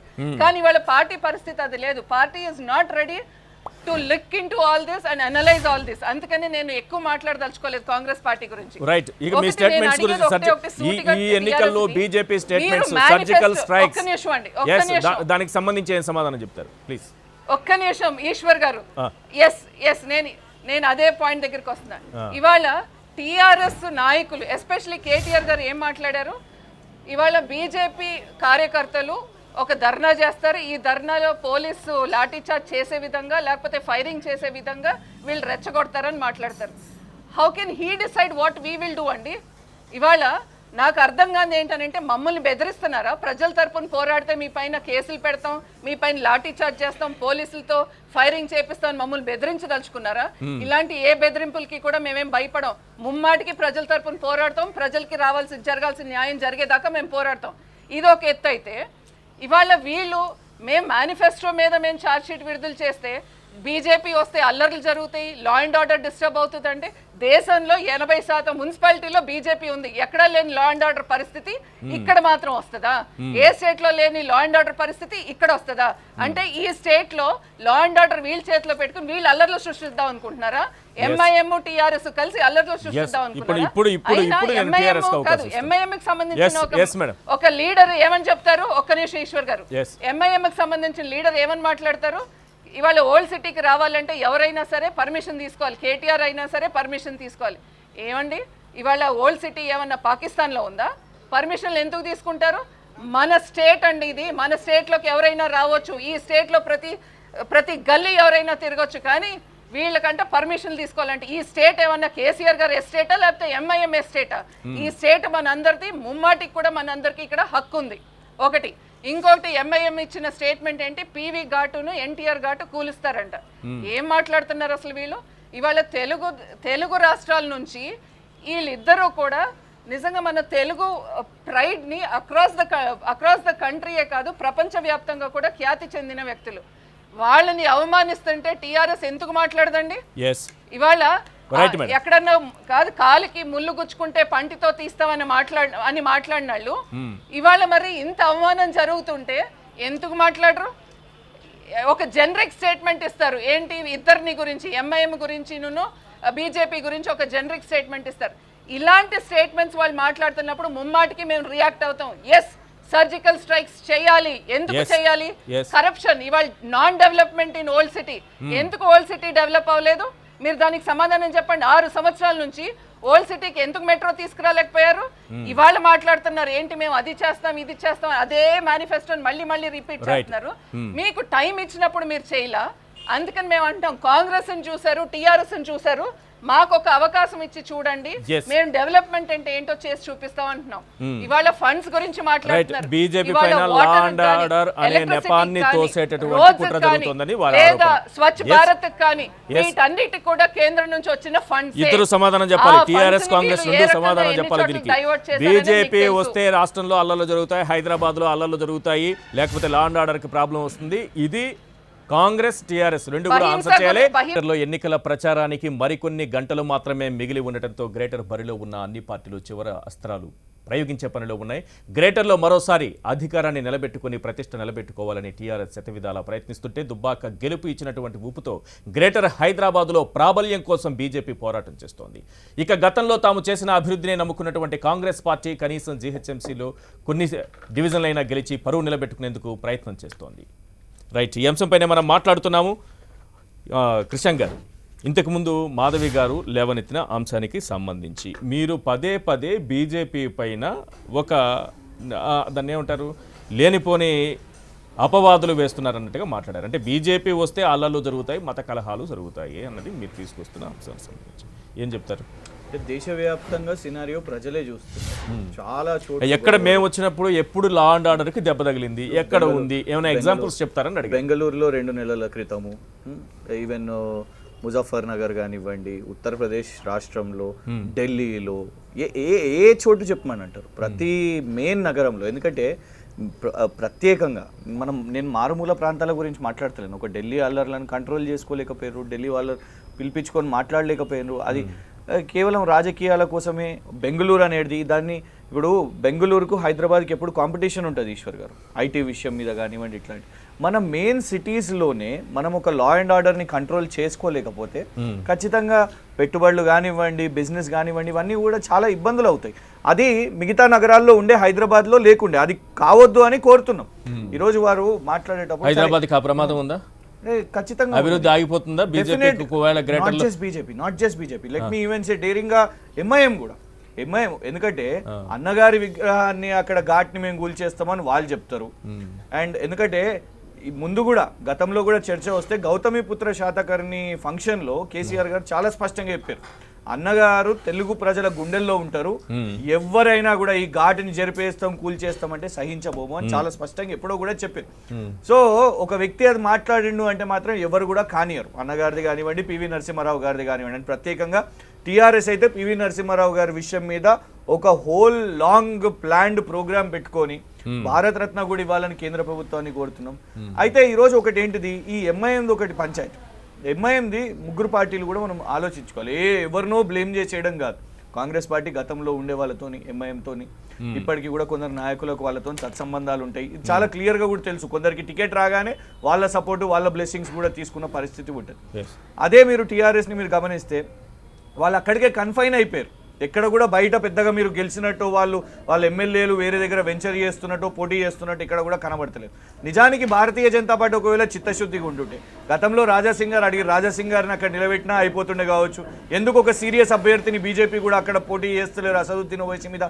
ఎందుకంటే వాళ్ళకు కూడా అండర్స్టాండింగ్ ఉంది. బీహార్లో 5 సీట్లు ఎట్లా గెలుస్తాడండి అసదుద్దీన్ ఓవైసీ? భారతీయ జనతా పార్టీ సపోర్ట్ లేకుండా. ఎక్కడెక్కడ భారతీయ జనతా పార్టీ ఆ రాష్ట్రంలో అడుగు పెట్టాలనో, వెస్ట్ బెంగాల్, మొన్న వెస్ట్ బెంగాల్ నుంచి వచ్చిన నాయకుడు వాళ్ళ ఎంఐఎం అధ్యక్షుడు అనుకుంటా, పేపర్లలో కూడా వచ్చింది చాలా ప్రధాన పత్రికల్లో. మళ్ళొకసారి పార్టీ వీడు ఎందుకు వెళ్ళిపోయిందంటే ఇదేదో కేవలం భారతీయ జనతా పార్టీకి, ఎంఐఎంకి బెనిఫిట్ కావాలనే ఒక ప్రయత్నం జరుగుతుందని ఆయన స్టేట్మెంట్ ఇవ్వడం జరిగింది. సో ఇక్కడ క్లియర్గా ఏంటిదంటే ఒక రాష్ట్రంలో భారతీయ జనతా పార్టీ అడుగు పెట్టాలంటే ఫస్ట్ అక్కడ వాళ్ళ ఏజెంట్ అయిన ఎంఐఎం అడుగు పెట్టాలి అని ఒక అజెండాని స్పష్టంగా కనిపిస్తున్నది. అది ఉన్నది. అది లాభం ఎవరికి? ఎంఐఎం ఉంటే లాభం ఎవరికి? ఆలోచించండి. ఎందుకంటే మా డిబేట్ ఎంఐఎం కాదు, మా డిబేట్ డెవలప్మెంట్ డిబేట్. కానీ ఎవరికి లాభం అవుతుంది? బీజేపీకి లాభం. రైట్, మనతో పాటు జాయిన్ అయ్యారు ప్రకాష్ రెడ్డి గారు, టీబీజేపీ రాష్ట్ర కార్యదర్శి. వారితో మాట్లాడే ముందు దయాకర్ గారితో మాట్లాడుతున్నాం. దయాకర్ గారు, మీరేం ఆన్సర్ చేస్తారు?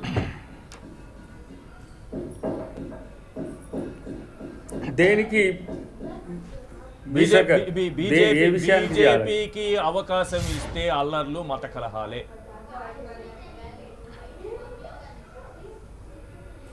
అంటే బీజేపీకి మత కలహాలు ఇప్పుడు చేసిందని కాదు, మత కల్లోలాలతో సంబంధం ఉన్న ఎంఐఎంని రెచ్చగొట్టడం ద్వారా ఏ అంశం తెర మీదకి వస్తున్నది? ఇప్పుడు నగర పౌరులు వాళ్ళు చేస్తారా చేయరా పక్కన పెట్టి ఒక అభద్రతతో ఉన్నారు కదా. ఇప్పుడు ఏదో అక్కడ రోహింగ్యాలు ఉన్నారు లేకపోతే పాకిస్తానీలు ఉన్నారని చెప్పి భయపెట్టే ప్రక్రియ చేయడం ద్వారా భయపెట్టి ఓట్లు అడ్డుకోవడం కూడా తప్పు కదా. రాగద్వేషాలను కూడా మనం వాడొద్దు కదా, భావోద్వేగాలను వాడుకోవద్దు కదా. ఇది రాజ్యాంగం చెప్పిన అంశం కదా. ఇప్పుడు భయపెట్టి ఓటు తీసుకోవడము, బెదిరించి ఓటు తీసుకోవడము, ఇంకేదో జరుగుతుందని లేకపోతే పైసలు ఆశ చూపించి తీసుకోవడం అనేది కూడా ఫ్రీ అండ్ ఫెయిర్ ఎలక్షన్స్ కావు కదా. ఇప్పుడు వాళ్ళు ఏమంటారు, దమ్ముంటే కోల్చండి అని ఎంఐఎం అంటే దాని విషయంలో టిఆర్ఎస్ స్పందించింది, బీజేపీ స్పందించింది, మరి కాంగ్రెస్ పార్టీ ఏం స్పందించింది?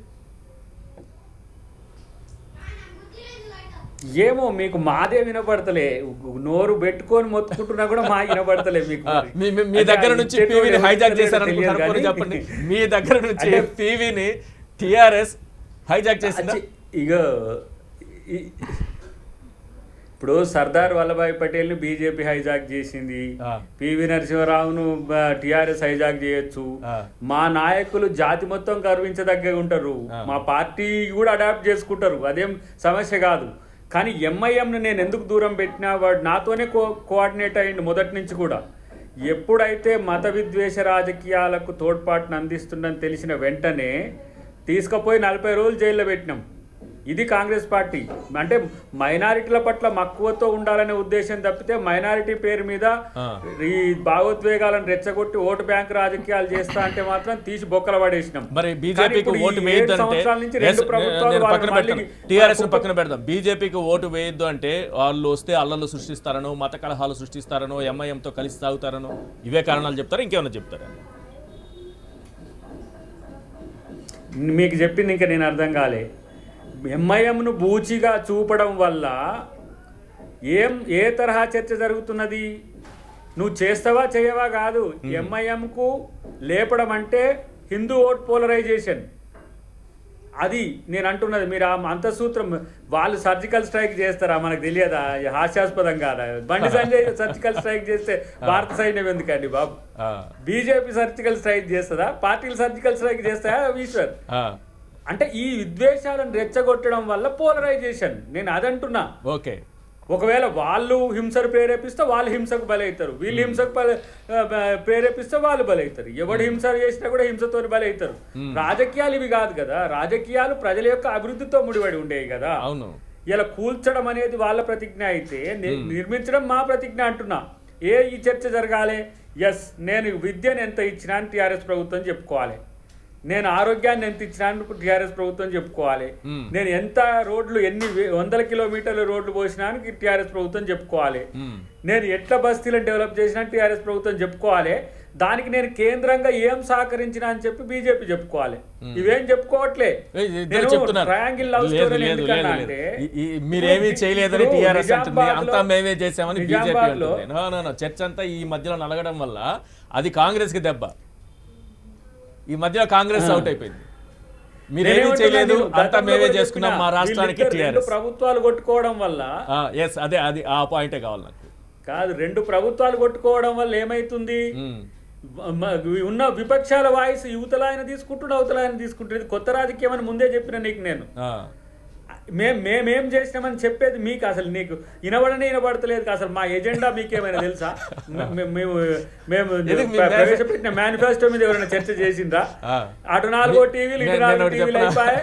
కాంగ్రెస్ పార్టీకి దయాకర్ గారు మిగతా ఛానల్స్, మిగతా పత్రికలు వాటిపైన చర్చ పెట్టాయో లేదో, ఒక్క 10 టీవీ మాత్రమే 3 పార్టీల మేనిఫెస్టోల మీద చర్చ పెట్టింది.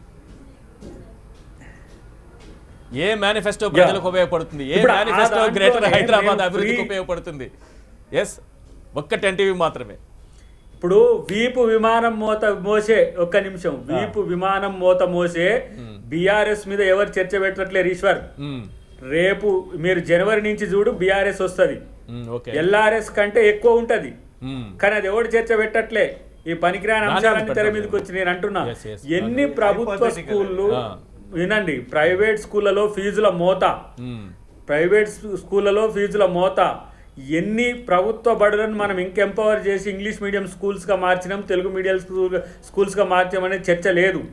ఇలా నిజంగా ట్రాఫిక్ ఫ్రీ అని ఉన్నదా? మనం ఏమంటారు గుండె మీద చేసుకొని మాట్లాడుకుందాం. కరోనా సమయంలో తప్పితే కరోనా కంటే ముందు, కరోనా తర్వాత what is the traffic situation? మూడవది, ఎస్ బ్రిడ్జీలు కట్టలేదు, అండర్ పాసెస్ పోయలేదని నేను ఊరికనే వేగ్ కామెంట్ చేసిండ్రు, కాదంటలేము. కానీ వాట్ అబౌట్ ది ఏమంటారు బస్తీలు ఇవాళ దాదాపు క్రిషాంక్ తెలిసి 80 బస్తీలు నగరం నడిబొడ్డున మునిగిపోయినాయి. 80 బస్తీలు. మరి ఆ బస్తీలు మునకకు కారణం ఏంది? నాలాల ఎన్క్రోచ్మెంట్స్ పక్కన పెట్టి వాళ్ళకి ఆల్టర్నేట్ మనం ప్రపోజల్ చేయాలి కదా అనే ఆలోచన రాష్ట్ర ప్రభుత్వానికి ఉండాలి. కేంద్రం కూడా ఇది టాపెస్ట్ సిటీ కదా, టాప్ 5th సిటీ కదా ఇండియాలో, ఒక ప్రత్యేక నిధిని దీని కొరకు మేము కేటాయించాలి, హైదరాబాద్ లో రాజకీయాలు చేయాలనుకుంటే వాళ్ళు కేటాయించాలి కదా. అదేం లేదు, ఉన్న బలంగా వచ్చేసిండ్రు, కథం ఇది మాదే, మేము గెలవాలి, గెలుచుడే లక్ష్యం ఏందండి? ప్రజల్ని గెలవాలంటే అభివృద్ధి చేసుకోండి. రైట్ ప్రకాష్ రెడ్డి గారు, ఈసారి టీఆర్ఎస్ బీజేపీ మీద చేసినటువంటి ఎక్కువ అస్త్రం మీరు వస్తే మత కలహాలు, అల్లర్లు, గొడవలు ఇవే. వీటికి ప్రజల్లో ఒక ఆన్సర్ బీజేపీ నుంచి కావాలి. హైదరాబాద్ ప్రజలు చాలా తెలివి కలవాలి సార్. హైదరాబాద్ ప్రజలకు మత కళాలు ఎవరి సమయంలో జరిగినా ఎట్లా జరిగినా అందరికీ తెలుసు సార్. అంటే కొత్తగా నేను చెప్పక్కర్లేదు. హైదరాబాద్ ప్రజలకు మత కళాలు అంటే నేను కూడా అనుభవించిన. నేను చూస్తున్నప్పుడు నేను స్కూల్ చదివినప్పుడు కాదండి, కాంగ్రెస్ కానీ, టీడీపీ కానీ, టీఆర్ఎస్ కానీ, ఏ పార్టీ, 3 పార్టీలు దీంట్లో తేడా ఏం లేదు. సోకాల్డ్ సెక్యులర్ అందుకు చెప్తా సార్, వారు కూడా చెప్తా. రమీజాబీ సంఘటన 1978లో జరిగింది సార్. హైదరాబాద్లో నేను చూసిన మొట్టమొదటి కమ్యూనల్ రైట్స్ రోడ్డు మీద పడేసి ప్రభుత్వ ఆస్తులను తగలబెట్టినారు సార్. చెన్నారెడ్డి గారు ముఖ్యమంత్రి ఉన్నప్పుడు అది వాళ్ళ యొక్క అధికారం వాళ్ళ యొక్క ఇంటర్నల్ అధికారం కోసం పంచుకున్నటువంటి ఒక సంఘటన జరిగింది. అది హైదరాబాద్లో నేను మా కాలేజ్ తగలబెట్టారు, యాకత్పల్లిలో మా పెద్ద కాలేజ్ ఉంటే నా సర్టిఫికేట్ తగిలిపోయింది అప్పుడు డిగ్రీ కాలేజీలో. అప్పుడు ఆ సంఘటన నుంచి నేటి వరకు భారతదేశంలో అలీగర్, ముజఫర్ నగర్, మీరు ముజఫర్ నగర్ రెఫర్ చేశారు కూడా చెప్తున్నా. ముజఫర్ నగర్ ఇన్సిడెంట్ 2014 జనవరిలో సార్. అంతకుముందు జరగలేదు సార్. ఆ తర్వాత ఇప్పటిదాకా కమ్యూనల్ ఎలక్షన్ జరగలేదు సార్. బెంగళూరులో ఒకటే రోజు జరిగింది. ఆ సంఘటన అయితే 98లో టీడీపీ ఉన్నప్పుడు, 98లో ఒకసారి హైదరాబాద్లో కూడా అక్కడెక్కడో ఏదో సంఘటన జరిగిందని తరిపించారు. నేను 1981-82లో కూడా మక్కాలో ఏదో పందిని కోసారు. ఇక్కడ ఇండ్లు షాపులు తగలబెట్టారు, పత్రగట్టి నుంచి ఊరంతా తగలబెట్టారు. ఆ తర్వాత 1990లో 91లో చెన్నారెడ్డి గారిని దింపడం కోసమని హైదరాబాద్ నగరంలో రోడ్డు మీద పండుకున్నటువంటి దళితులను 356 మందిని ఒకరోజు రాత్రి కొత్త కోసినటువంటి చరిత్ర హైదరాబాద్లో ఉంది. ఇదన్నీ హైదరాబాద్లో జరిగిన సంఘటనలు సార్. ఇంకా వందల సంఘటనలు చెప్పగలుగుతా. హైదరాబాద్లో నేను అనుభవించిన కర్ఫ్యూ సంఘటనలు చెప్పగలుగుతా. కానీ మీరు గతంలో ఏ ప్రభుత్వంలో నేను ఫర్గెట్, ఈ రాష్ట్రం ఆ రాష్ట్రం కాదు, ఏ రాష్ట్రమైనా సరే, ఈవెన్ అలీగర్, ముజఫర్ నగర్, లక్నో, కాన్పూర్, మీరట్, ఢిల్లీ, మోడీనగర్, ఏ ఊరైనా తీసుకోండి మీరు, కమ్యూనల్ రైట్ జరగకుండా ఉన్న సంఘటనలు ఏమైనా ఉన్నాయా? ఇప్పుడు ఈ 10 సంవత్సరాలు 20 సంవత్సరాలు కమ్యూనల్ రైట్ జరిగినాయా? బీజేపీ మేయర్ ఉన్నారు కదా, ఇండోర్ బీజేపీ మేయర్ ఉన్నారు కదా, అహ్మదాబాద్ బీజేపీ మేయర్ ఉన్నారు కదా, సూరత్, లేదా మీరు ఏ ప్లేస్ అయినా తీసుకోండి, పూణే, బాంబే, ఎక్కడైనా బాంబేలో మొన్నటిదాకా బీఎంసీలో బీజేపీ శివసేన కలిసి కదా. ఇప్పుడు కూడా కరెక్ట్ అయితే మేము విత్డ్రా చేసుకున్నాం, వాళ్ళు సపోర్ట్ చేస్తున్నారు, అంతే తేడా. అంతేగాని ఇప్పుడు కూడా శివసేన మేయరే ఉన్నారు కదా. మరి అల్లర్లు ఎందుకు జరుగుతాయి సార్? ఎక్కడ జరిగిన అల్లర్లు ఒక హైదరాబాద్ లో కుట్ర జరిగింది.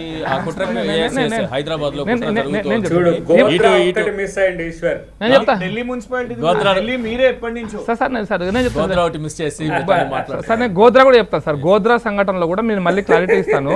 గోద్రా సంఘటనలో ప్రారంభమైంది ఎక్కడి నుంచి, ఎక్కడ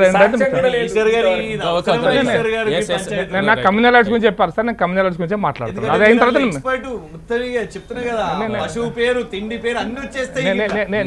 నేను హజరత్ బాల్ అక్కడ జమ్మూ కాశ్మీర్ ఎంటిక పోయిందని చెప్పి ఆ ఎంటిక కోసం హైదరాబాద్లో కమ్యూనల్ రైట్స్ అయినాయి సార్. ఇవి సంఘటనలు రోజు నేను చూసిన సంఘటనలు సార్, అనుభవించాను. చార్మినార్లో కమ్యూనల్ రైట్స్ నేను సైకిల్ మీద పోయిన రోజులు కూడా ఉన్నాయి సార్. హైదరాబాద్ లో మొన్న భద్రత గురించి ఒక సమీక్ష జరిగింది. ముఖ్యమంత్రి గారు ఇచ్చినటువంటి స్టేట్మెంట్ కానీ, లేకపోతే పోలీసు ఉన్నతాధికారులు ఇచ్చినటువంటి స్టేట్మెంట్ కానీ, ఇక్కడ ఏదో కుట్రలు జరుగుతున్నాయంటే అందరి వేళ్ళు కొందరి వేళ్ళు, అందరి కళ్ళు కొందరి కళ్ళు, ఎందుకు బీజేపీ వైపు చూసాయి? నేను ఇది టీఆర్ఎస్, నేను మళ్ళీ ఆరోపణ చేస్తున్నాను. మీరు నిజాలు తర్వాత బయటపడతాయి. మేమే లెటర్ పంపించాను, సంతకం పెట్టి పంపించాను, చీఫ్ ఎలక్షన్ కమిషన్కి పంపించాం ఇక్కడ హైదరాబాద్లో, అంటే తెలంగాణ స్టేట్ ఎలక్షన్ కమిషన్కి, తర్వాత చీఫ్ సెక్రటరీకి పంపించాం, ఢిల్లీలో హోమ్ మినిస్టర్ కూడా పంపించాం. హైదరాబాద్ కమిషనర్ ఈ speaking the tone as a spokes person of TRS party అని నేను ఆరోపిస్తున్నాను. అంజనీ కుమార్ నేను ఆరోపిస్తున్నాను. తర్వాత క్లారిఫికేషన్ ఎందుకు 6 సంవత్సరాల కన్నా ముందు హైదరాబాద్ డెవలప్మెంట్ జరగలేదా? 6 సంవత్సరాల్లోనే ఫ్యాక్టరీ వచ్చినాయట సార్. BHEL, IDPL నేను ఒక లిస్ట్ పెట్టాలన్నప్పుడు ఇవన్నీ ఎవరి కాలంలో వచ్చాయంటే నెహ్రూ కాలంలో వచ్చినాయి. మన నెహ్రూ ఇప్పుడు కూడా కాంగ్రెస్ వాళ్ళు చెప్పుకోవాలి కదా మరి అది. అంటే ఈ 6 ఏళ్ళ నుంచే నువ్వు కమిషనర్ 6 ఏళ్ళు కాదు, నీకు 6 ఏళ్ళ గీటురా ఎందుకు? ఒకవేళ నువ్వు కమిషనర్ అయితే 3 ఏళ్ళు అంటే నువ్వు అధికారం ఈశ్వర్ గారు నువ్వు కమిషనర్ 6 ఏళ్ళు కాదు, నువ్వు కమిషనర్ 6 ఏళ్ళ నుంచి కమిషనర్ లేవు. నువ్వు కమిషనర్ ఉన్నప్పటి నుంచైనా చెప్పాలా, నువ్వు కమిషనర్ ఉన్నప్పటి నుంచైనా గీటరాయి పెట్టుకో. 6 ఏళ్ళు అంటే నువ్వు TRS 6 ఏళ్ళ పాలన గురించి మాత్రమే డెవలప్మెంట్ చెప్పదలుచుకున్నావు హైదరాబాద్లో. వాటర్ మీరు మాట్లాడుతున్న టోనే పడుతుంది. కాంగ్రెస్ టీడీపీ ఏమి చేయలేదు హైదరాబాద్లో, మొత్తం సర్వనాశనం చేసింది. కాంగ్రెస్ సర్వనాశనం చేసింది. ఒక్క TRS ఒక్కటి అద్భుతమైన పాలన చేస్తుంది. 6 ఏళ్లలోనే మొత్తం హైటెక్ సిటీతో సహా BHEL లాంటి ఇండస్ట్రీస్ హైదరాబాద్లో మొత్తం వచ్చేసినాయి. నేను ఏ టోన్ మాట్లాడుతుండే కమిషనర్ గారు నా అభిప్రాయం. నెంబర్ 2 DGP గారు ఒక మాట చెప్పారు, హైదరాబాద్లో కంపెనీ రాడ్స్ చదువుతారే మాకు అనుమానం ఉంది. అనుమానం ఉంటే పట్టుకో, కేసు బుక్ చేయి, లోపడుతోలు టాడా పీడీ కింద పెట్టు, టాడా కింద ఇష్టం వచ్చిన కేసులు పెట్టు, నువ్వు ఇన్వెస్టిగేషన్ చేయి. వద్దని ఇవ్వడన్నా నేను. నువ్వు బయట ప్రజలకు ఎందుకు చెప్పినావు అని అడుగుతున్నా, నువ్వు మీడియాకి ఎందుకు చెప్పినావు అంటే నువ్వు ఎవరిని బెదిరియాలని మీడియాకి చెప్తున్నావు. Media DGP media press conference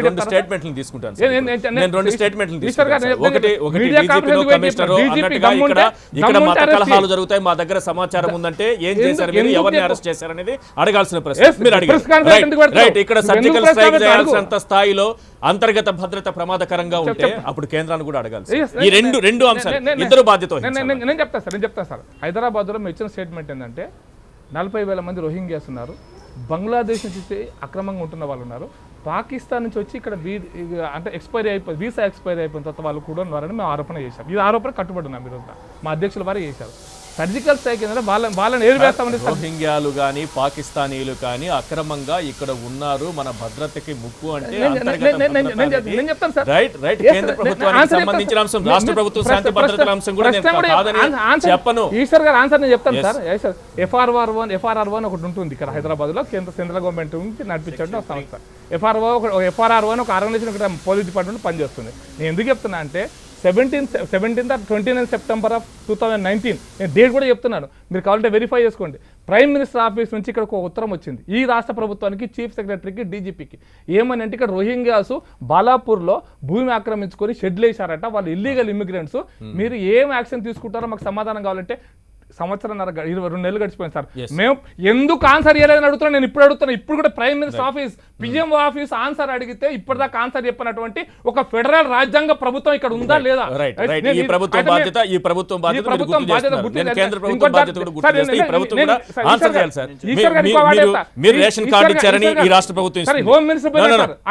Aadhaar కార్డులు ఓటర్ లిస్ట్ లోకి వాళ్ళు ఎలా వచ్చారు, ఆధార్ కార్డు ఎలా వచ్చాయని ఈ రాష్ట్ర ప్రభుత్వం ప్రశ్నిస్తోంది. ఫస్ట్ మీరు ఆధార్ కార్డు ఇచ్చింది వీళ్ళు, ఓటర్ లిస్ట్ ఇచ్చింది వీళ్ళు. ఎందుకు ఇచ్చారంటే ఆధార్ కార్డు మీద ఎమ్మెల్యే సంతకం పెడితే ఆధార్ కార్డు ఇస్తారు. MIM ఎమ్మెల్యేలు దొంగతనంగా రోహింగ్యాలకు ఆధార్ కార్డు ఇచ్చారు, ఓటర్ లిస్ట్ లో పేరు ఇచ్చారు, పాస్పోర్ట్ కోసం సహకరించారు, దాంట్లో 2 పోలీస్ కానిస్టేబుల్ సస్పెండ్ అయ్యారు. మీరు పాస్పోర్ట్ కోసం ఇన్వెస్టిగేషన్ మీ రాష్ట్ర పోలీస్ సస్పెండ్ అయ్యారు పాస్పోర్ట్ ఇల్లీగల్ ఇచ్చినందుకు. ఇది రికార్డెడ్ ఇన్ఫర్మేషన్ చెప్తాను, అన్రికార్డెడ్ కాదు. నేను బాలాపూర్లో రోహింగ్యాల క్యాంపుకి నేను పోయొచ్చాను, ప్రత్యక్షంగా నేను పోయి 2012లో పోయాను, 2014లో పోయాను, వాళ్ళ షెడ్లు కూడా చూపించాను. నేను దమ్మంటే ఇప్పుడు చూపిస్తా ఎంతమంది ఉన్నారు. వీళ్ళని కాపాడుతుంది MIM, వీళ్ళకి వాళ్ళకి సపోర్ట్ ఇస్తుంది. హైదరాబాద్ ప్రజలకు భద్రత కావాలి, వాళ్ళ మూలంగా భద్రత పోతుంది, వాళ్ళ మూలంగా బాధ్యత లేదా? ఈ హైదరాబాద్ ప్రజలకు భద్రత అవసరం లేదా? జూలై 31, 2018 అప్పుడు హోంశాఖ మంత్రిగా ఉన్న రాజ్నాథ్ సింగ్ గారు లోక్సభలో పార్లమెంట్లో మాట్లాడేటప్పుడు ఈ రోహింగ్యాస్ అందరినీ ఐడెంటిఫై చేసి అందరినీ ఒకటే చోటు ఒక బేస్ క్యాంప్ లాగా పెట్టండి అని పార్లమెంట్లో ఆన్ రికార్డ్ రాజ్నాథ్ సింగ్ గారు చెప్పారు. ఓకే, ఈరోజు బాలాపూర్లో ఉన్నారు, క్యాంపులు ఉన్నాయి, టెంటులు ఉన్నాయి, షెడ్లు ఉన్నాయి, ఎందుకున్నాయి అని అడుగుతున్నారు కదా. ఎందుకున్నాయో రాజ్నాథ్ సింగ్ గారు మాటలు జూలై 31 ఆన్ రికార్డ్ లోక్సభలో వారు మాట్లాడారు. తీసి పడేయండి, లేకుంటే పంపించేసేయండి, ఢిల్లీకి పంపించండి అని అనలేదు. బేస్ క్యాంపులు పెట్టి ఉంచండి వాళ్ళని అక్కడ రాజ్నాథ్ సింగ్ గారు చెప్పారు. ఈరోజు కర్ణాటకలో బీజేపీ ప్రభుత్వం ఉంది. నన్ను చూపెట్టమంటే నాకు ఒక 10 సెకండ్లు ఇస్తే చాలు, నేను తీసి మీకు డాక్యుమెంట్ ముంగట చూపెడతా. 3 లక్షల మంది ఉన్నారు అక్కడ. ఫారెన్ ఇమిగ్రేషన్ యాక్ట్ చట్టం ఎవరి చేతుల్లో ఉంది? సెక్షన్ 3 ప్రకారం foreign act detect and deport పాకిస్తానీయులు XYZ ఎవరైనా కూడా ఈ దేశం లోపలికి ఎట్లొస్తారు? సరిహద్దుల నుంచి వస్తారు. మేమేం బస్సు పెట్టుకొని మొన్న కదా వలస కార్మికులకు స్పెషల్ ట్రైన్లు పెట్టి పంపించినట్టు తెచ్చినట్టు వీళ్ళకు ట్రైన్లు పెట్టి రప్పించుకోలేదు మేము. Go ahead. ఇది ఇవ్వండి క్లియర్గా కూడా మీకు statement 3 lakh illegal Bangladeshis in Bengaluru city police commissioner Bhaskar Rao వారి స్టేట్మెంట్. ఓకే, స్పష్టంగా కూడా ఈరోజు కేంద్ర ప్రభుత్వం వాళ్ళు సమాధానం చేసుకోవాలి. అసలు నిజంగా కూడా ఆ ఫ్లోలో బ్రేక్ అయిపోయింది, ఇదంతా మీకు బ్రేకింగ్ న్యూస్. కానీ ఇవాళ వాళ్ళ రెస్పాన్సిబిలిటీ నుంచి వాళ్ళ అడ్మినిస్ట్రేషన్ నుంచి ఫెయిలియర్ అయ్యి, ఎందుకంటే మాకు నిజంగా అనాలని లేదు, సరిహద్దుల్లో ఎవరుంటారు, మన బలగాలు ఉంటాయి. ఈరోజు వీళ్ళు మాట్లాడుతున్నారంటే వీళ్ళ ఫెయిలియర్ తోని ఒక ఎన్ఐఏ ఉంటది, ఒక రా ఉంటది. వీళ్ళకి ఇక్కడ రేషన్ కార్డులు ఎవరు ఇచ్చారు, ఓటర్ ఐడి ఎవరు ఇచ్చారు, ఇక్కడ ఎమ్మెల్యేలు సంతకం పెట్టడం ద్వారానే వచ్చాయని కొన్ని అంటున్నారు. నంబర్ 1 ఆధార్ కార్డులు వచ్చాయి అంటున్నారు. ఆధార్ కార్డు ఎవరి కింద ఉంటది ఈశ్వర్ గారు? నంబర్ 1. ఇప్పుడు ఏమైపోతుందంటే ఒక్క ఐడెంటిటీ కార్డు వచ్చేసరికి కింది స్థాయిలో చిన్న చిన్నవి కూడా ఇట్లా వచ్చే అవకాశాలు కూడా అయిపోతాయి. Aadhaar card, voter card election commission చేతిలో ఉంటది కదా, ఎలక్షన్ కమిషన్ నిర్ణయించుకోవచ్చు. ఎలక్షన్ కమిషన్ అయితే తెలంగాణ ప్రభుత్వానికి దాని మీద ఏం పరిచయం ఉండదు కదా, it's a constitutional body. Aadhaar కూడా కేంద్ర ప్రభుత్వ సంస్థ. ఇవన్నీ అసలు చర్చ కాదండి. ఒక నిర్ణయం తీసుకోండి కేంద్ర ప్రభుత్వము దేశం మొత్తంలో, ఎందుకంటే వాళ్ళ ముక్కు కింద ఢిల్లీలో ఉన్నారు వీళ్ళు. ఇవాళ ఏదో ఇక్కడ ఉన్నారు, మేము సర్జికల్ స్ట్రైక్ చేస్తాము, పాకిస్తానీ వాళ్ళు ఉన్నారు అని అంటే, ఇదే మీరు అంటున్న రోహింగ్యాలు ఢిల్లీ క్యాంప్స్ కూడా ఉన్నాయి. మీ కర్ణాటక ప్రభుత్వంలో ఉన్నది, ఇక్కడ ఎవ్వరం ఆప్తలేం. ప్లీజ్, మీకు క్లియర్గా మీకు ఆ అథారిటీ ఉంది, కేంద్ర ప్రభుత్వం చేతిలో ఉంది. అది చేయకుండా ఒక మేయర్ గెలుస్తే మేయర్ చేస్తాడా రేపు పాకిస్తానీల మీద సర్జికల్ స్ట్రైకో లేకుంటే XYZ రోహింగ్యాల వాళ్ళ మీద సర్జికల్ స్ట్రైకో ఈశ్వర్ గారు ఒక మేయర్ చేస్తారా? కాదు కదా, కేంద్ర ప్రభుత్వం కదా. సో ఒక మేయర్ రాగానే మేము చేస్తామని అంటే కేవలం ఓట్ల కోసము గీ స్థాయికి దిగజారడమా అని మేము ప్రశ్నిస్తున్నాం. ఎవ్వరం కూడా ఆప్తలేము. మీకు ఆన్ రికార్డ్ జూలై 31, 2018 పార్లమెంట్లో చర్చ జరిగింది. ఆ రోజు రాజ్నాథ్ సింగ్ గారు వీళ్ళందరినీ క్యాంపులుగా పెట్టండి అనేసి రాజ్నాథ్ సింగ్ గారే స్టేట్మెంట్ ఇచ్చారు. మీ PCR వాళ్ళని అడగండి, యూట్యూబ్లో దొరికిపోతుంది స్పష్టంగా అది. రైట్. దయాకర్ గారు, ఎవరు బాధ్యత వహించాలి ఈ అంశానికి సంబంధించి? రాష్ట్ర ప్రభుత్వానికి బాధ్యత ఉంటుందా, కేంద్ర ప్రభుత్వానికి బాధ్యత ఉంటుందా? ఇద్దరికి ఉంటుంది కదా. ఇప్పుడు ఒకరి మీద నెట్టి ఇంకొకరి మీదకి నెట్టి ఇంకొకరు చేసేది కాదు. కానీ ప్రాథమిక సమాచారం రాష్ట్ర ప్రభుత్వం దగ్గర ఉంటుంది, హోమ్ దగ్గర లాండ్ ఆర్డర్ ఇష్యూస్ ఉంటాయి, దేశ భద్రతకు సంబంధించి కేంద్ర ప్రభుత్వ పరిధిలో ఉంటాయి. ఇవి రెండు ఇప్పుడు అందుకనే నేను ముందు నుంచి చెప్తూనే ఉన్నా, ఒకరి మీద ఒకరు బూచి చూపడం, ఎన్నికల్లో దాటవేసే ధోరణి తప్పితే మరొకటి కాదు. ప్రభుత్వాలలో ఉన్నోళ్ళు ఘర్షణ పెట్టుకోవడం ఏంటి? ఇది నాకు అసలు కొత్త ఎక్స్పీరియన్స్, అదే అంటున్నాను. రెండవది, ఈరోజు ఇద్దరు ఇప్పుడు ఏంటి, ఒకటి ఫస్ట్ మాజీ రెవెన్యూ శాఖ మాట విను, సారీ టు ఇంటరప్ట్. అడగమంటా వాళ్ళు ఎప్పుడు వచ్చిర్రు అని, నిన్ను అనుమంట వాళ్ళు ఎప్పుడు రోహింగ్యాలు వచ్చిర్రు అని. 2012, 13, 11 వచ్చిర్రు. 2012లో ఇప్పుడు ఎవరు ప్రభుత్వం, ఎవరు ప్రభుత్వం అడుగుమంటావా? నేను నువ్వు మంచి రిలాక్స్ బిందాస్ ఉన్నావు, కూలుకున్నావు, అందుకే నేను ఎందుకు ఇంట్లో గుంజుక రావాలి నిన్ను అని బీజేపీ వాళ్ళని అంటున్నా. నేను చెప్తున్నా విను, నువ్వు చెప్పకపోయినా నేను చెప్పాల్సిన బాధ్యత నాకు ఉంది కాబట్టి చెప్తున్నా విను క్రిషాంక్. 2012లో వాళ్ళు వచ్చినప్పుడు దేశీయ విధానం వాళ్ళను మానవత్వంతో చూసినాం. ఎందుకు? వాళ్ళు బర్మాలో అక్కడ ప్రభుత్వంతో కొట్లాడి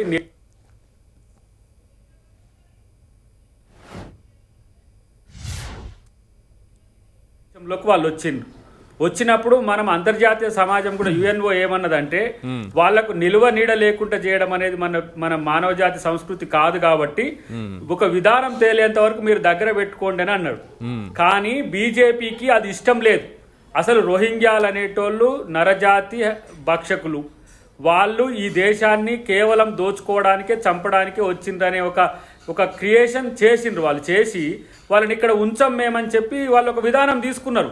అప్పుడు రాష్ట్ర ప్రభుత్వాలకు ఒక నోట్ ఇంటెంట్ ఇచ్చిండ్రు, మీరు వెంటనే దాన్ని మీరు అక్కడ ఖాళీ చేయించండి అంటే, అప్పటికే వీరు ఏం చేసిండ్రు, మహమూద్ అలీ గారు షెల్టర్స్కు ఆల్రెడీ ప్లేస్ అలొకేట్ చేసిండ్రు, ఆయా ఎమ్మెల్యేలు వాళ్ళకు ఆధార్ కార్డులు ఇచ్చిండ్రు, ఓటర్ లిస్ట్లో ఉన్నారు. ఇప్పుడు వాళ్ళు న్యాచురల్గా వాళ్ళకు ఒక ఇండియన్ సిటిజన్గా వాళ్ళకు గుర్తింపు వచ్చింది. ఇప్పుడు ఏ బీజేపీ ఆయన పోయి, లేకపోతే ఏ TRS ఆయన పోయి, ఏ కాంగ్రెస్ ఆయన పోయి ఆయన ఈ దేశం కాదు అని తీసేస్తాడండి? కాని పంచాయతీకి అలా ఏమంటారు, కాని పెళ్లికి భజంత్రీలు కొట్టినట్టు ఏ ఒక్కరి చేత కూడా కాదని. నాకు తెలుసు అది. ఎందుకంటే Yes. అది principle of natural Right. Justice మిగతా మాదిరిగా issues ఆల్రెడీ చెప్పాలా? వాళ్ళు ఇంక్లూడ్ అయి ఉన్నారు. Yes. ఇలా నువ్వు కాదు భారతీయ పౌరుణ్ణి కాదు అని అంటే చెప్పండి. ఫస్ట్ నిన్నే టార్గెట్ Yes, చేస్తారు. yes, please. ఎందుకంటే Yes. Right. నేను ఇప్పుడు నా పూర్వీకులు ఎక్కడా, నా మాగి ముందు ఎక్కడా, నేను ఎక్కడి నుంచి వచ్చినా, ఇదంతా కూడా మరి అట్లా అంటే ఇక మొదలు పోవాల్సి వస్తుంది. Right. కాబట్టి ఇవన్నీ మధ్యలో కూడా కానీ ఒక్క నిమిషం. ఈశ్వర్ గారు, ఇప్పుడు కానీ నేనేమంటున్నా దీన్ని రాజకీయం చేయడానికి ఇప్పుడు యునైటెడ్ నేషన్స్ చెప్పండి. అఫీషియల్ వెబ్సైట్ లో స్పష్టంగా కూడా ఒక స్టేట్మెంట్ ఉంది 2019లో. ఈ ఐక్యరాజ్య సమితి వాళ్ళు UN హ్యూమన్ రైట్స్ కండెమ్ చేసింది రోహింగ్యా డిపోటేషన్స్ ని. సో అంటే నేను దయాకర్ గారి విషయంలో ఒకటి ఏమంటున్నా అంటే, స్టార్టింగ్ లో ఇది 2 రాష్ట్రాల ప్రభుత్వాలు కాదు, వాస్తవమే ఇది అంతర్జాతీయ సమస్య, దాన్ని కేంద్ర ప్రభుత్వమే డీల్ చేయాలి. కేంద్ర ప్రభుత్వం డీల్ చేయకుండా దాన్ని ఒక మున్సిపల్ ఎలక్షన్కి తెచ్చి దాన్ని మేయర్తోని ముడిపెట్టి ఇది ఏదైతే మాట్లాడుతుందో ఇది ప్రజలకు తెలియాల్సిన అవసరం ఉంది. నిజానికి కూడా దయాకర్ గారు స్ట్రైట్ గా కేంద్ర ప్రభుత్వం అనాలి. ఇందులోనన్నా కలిసి మనము కేంద్ర ప్రభుత్వం ఒక మున్సిపల్ ఎలక్షన్లు అనే బదులు దీన్ని ఎవరైతే ఐక్యరాజ్య సమితి వాళ్ళు అడ్డుకుంటారో ప్రధానమంత్రి నరేంద్ర మోదీ గారు ఇవాళ హైదరాబాద్ గడ్డ మీద వచ్చిన అమిత్ షా గారు వాళ్ళు డీల్ చేయాల్సిన అంశం ఈ రోహింగ్యా అంశం. ఎస్ దయాకర్ గారు, నేను ఇంకా ఈ చర్చలలో కాదు గతంలో అమిత్ షా మొట్టమొదటిగా రాజీనామా చేయాలని చెప్పిన నేను. తర్వాత ఇక్కడ ఉన్న అప్పుడున్న రెవెన్యూ శాఖ మంత్రిగా ఉండి ఇప్పుడు హోమ్ మినిస్టర్గా ఉన్న ఈయనకు కూడా నైతిక అర్హత లేదు. ఎందుకంటే మహమూద్ అలీకి కూడా ఎందుకు ఎట్లా పేరు చేస్తారండి? నిజంగా జాతి ముప్పుకు వాళ్ళు కారణమైతే మీ దగ్గర దగ్గర రిపోర్ట్స్ ఉంటే రైట్ అంటే గ్రేటర్ హైదరాబాద్ ఎలక్షన్లకు వచ్చే వరకు పంచాయతీలు పెట్టుకుంటానికి వీటిని ఉంచుతారా? ఎస్ ప్రకాష్ రెడ్డి గారు, ఇష్టం అన్నట్ట మీకు అవసరం రాజకీయాలకు అవసరం. ప్రకాష్ రెడ్డి గారు ఈ రోజు బీజేపీ ఎన్నికల్లో కూడా ఉండదా? అగ్రనేతల నుంచి అంటే నడ్డా గారి దగ్గర నుంచి ఈరోజు అమిత్ షా గారు, మొన్నటికి మొన్న జావడేకర్ గారు, స్మృతి ఇరానీ గారు, ఫడ్నవీస్, యోగి ఆదిత్యనాథ్ గారు, ఇట్లా ఒక మున్సిపల్ కార్పొరేషన్ ఎన్నికల్లో ప్రచారం చేసుకోవాల్సినటువంటి కేంద్ర స్థాయి నాయకులు గల్లీల్లో తిరగాల్సినటువంటి పరిస్థితి ఉందంటారా ప్రకాష్ రెడ్డి గారు? సార్ ఒక అంశం కాదు, ఒక అంశంతో నేను మాట్లాడతలేను. ఒకటి వీళ్ళకి ఏంటంటే హైదరాబాద్ లో చిన్న విషయం కదా, హైదరాబాద్ జిహెచ్ఎంసీ ఎన్నికలంటే 5 పార్లమెంట్ నియోజకవర్గాల పరిధిలో విస్తరించినటువంటి ఒక నగరం. 1/3 ఆఫ్ తెలంగాణ, 1/3 ఆఫ్ తెలంగాణ అంటే ఇంచుమించుగా హిమాచల్ ప్రదేశ్ కంటే పెద్దది, ఉత్తరాఖండ్ కు సమానమైంది, గోవా కంటే పెద్దది. ఇది చిన్న రాష్ట్రం ఏం కాదు కదా, అరుణాచల్ ప్రదేశ్ కంటే పెద్దది, మా త్రిపుర కంటే పెద్దది, చిన్న రాష్ట్రం, చిన్న ప్లేస్ కదా జిహెచ్ఎంసీ అంటే. కాబట్టి మేము మా జాతీయ నాయకులు దీని ఒక స్ట్రాటజిక్ పాయింట్ గా, ఒక స్ట్రాటజిక్ ఇష్యూగా దీన్ని తీసుకుంటున్నాం. నెంబర్ 1. నెంబర్ 2, మేము చాలా స్పష్టంగా ఉన్నాం సార్, దశాబ్దాల కాలం నుంచి కూడా పంచాయతీ నుంచి పార్లమెంట్ ఎన్నికల దాకా మేము గెలవడం కోసం ప్రయత్నం చేస్తాము.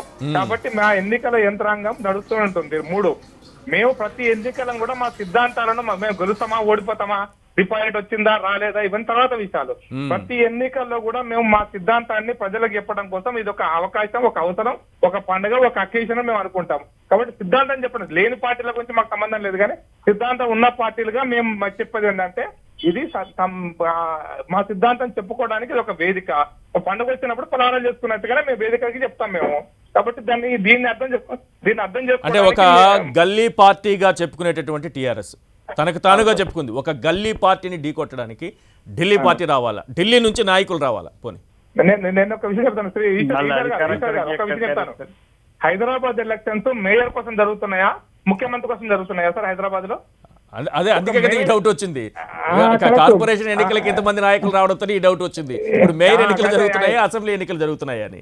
కరెక్ట్ చెప్పినారు. అయితే మేయర్ కనీసం బొమ్మ ఎక్కడ, ఈ మేయర్ హైదరాబాద్ లో ఇన్ని పనులు చేశాడు కాబట్టి మేము ఓట్లు అడుగుతున్నామని మేయర్ బొమ్మ ఎక్కడ? ఎందుకంటే ఆయన ఈ దొరల కింద పనిచేసేటువంటి ఒక అంటే గులాంగా చూస్తున్నారా? నాకు డౌట్ వస్తుంది, నాకు అందుకోసం అంటున్నాను. మీరు మేయర్ ని ఎక్కడన్నా చూపించారా?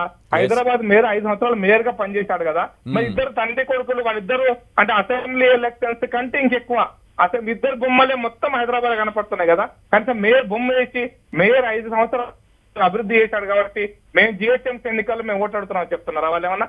వాళ్ళు దీన్ని ఒక పార్లమెంట్ ఎన్నికల కంటే కూడా ఇంకెక్కువ తీసుకున్నారు. నెంబర్ 1. నెంబర్ 2, ఈ 17వ తారీఖు ఎన్నికల డిక్లేరేషన్ కంటే ఒక రోజు ముందు కేంద్రం మీద యుద్ధం ప్రకటిస్తాడు, కేంద్రం మీద ఇంకొకటి చేస్తాడు, Yes. మేము 3వ front, 3rd front, 4th front ఏమైనా ఫ్రంట్లు పెట్టుకొని 10th లేని ఫ్రంట్ Right. ఎక్కడ ఉంటే మాకేం చేసేది. కానీ ఇవన్నీ కేసీఆర్ గారు మాట్లాడారు, మేము మాట్లాడలే.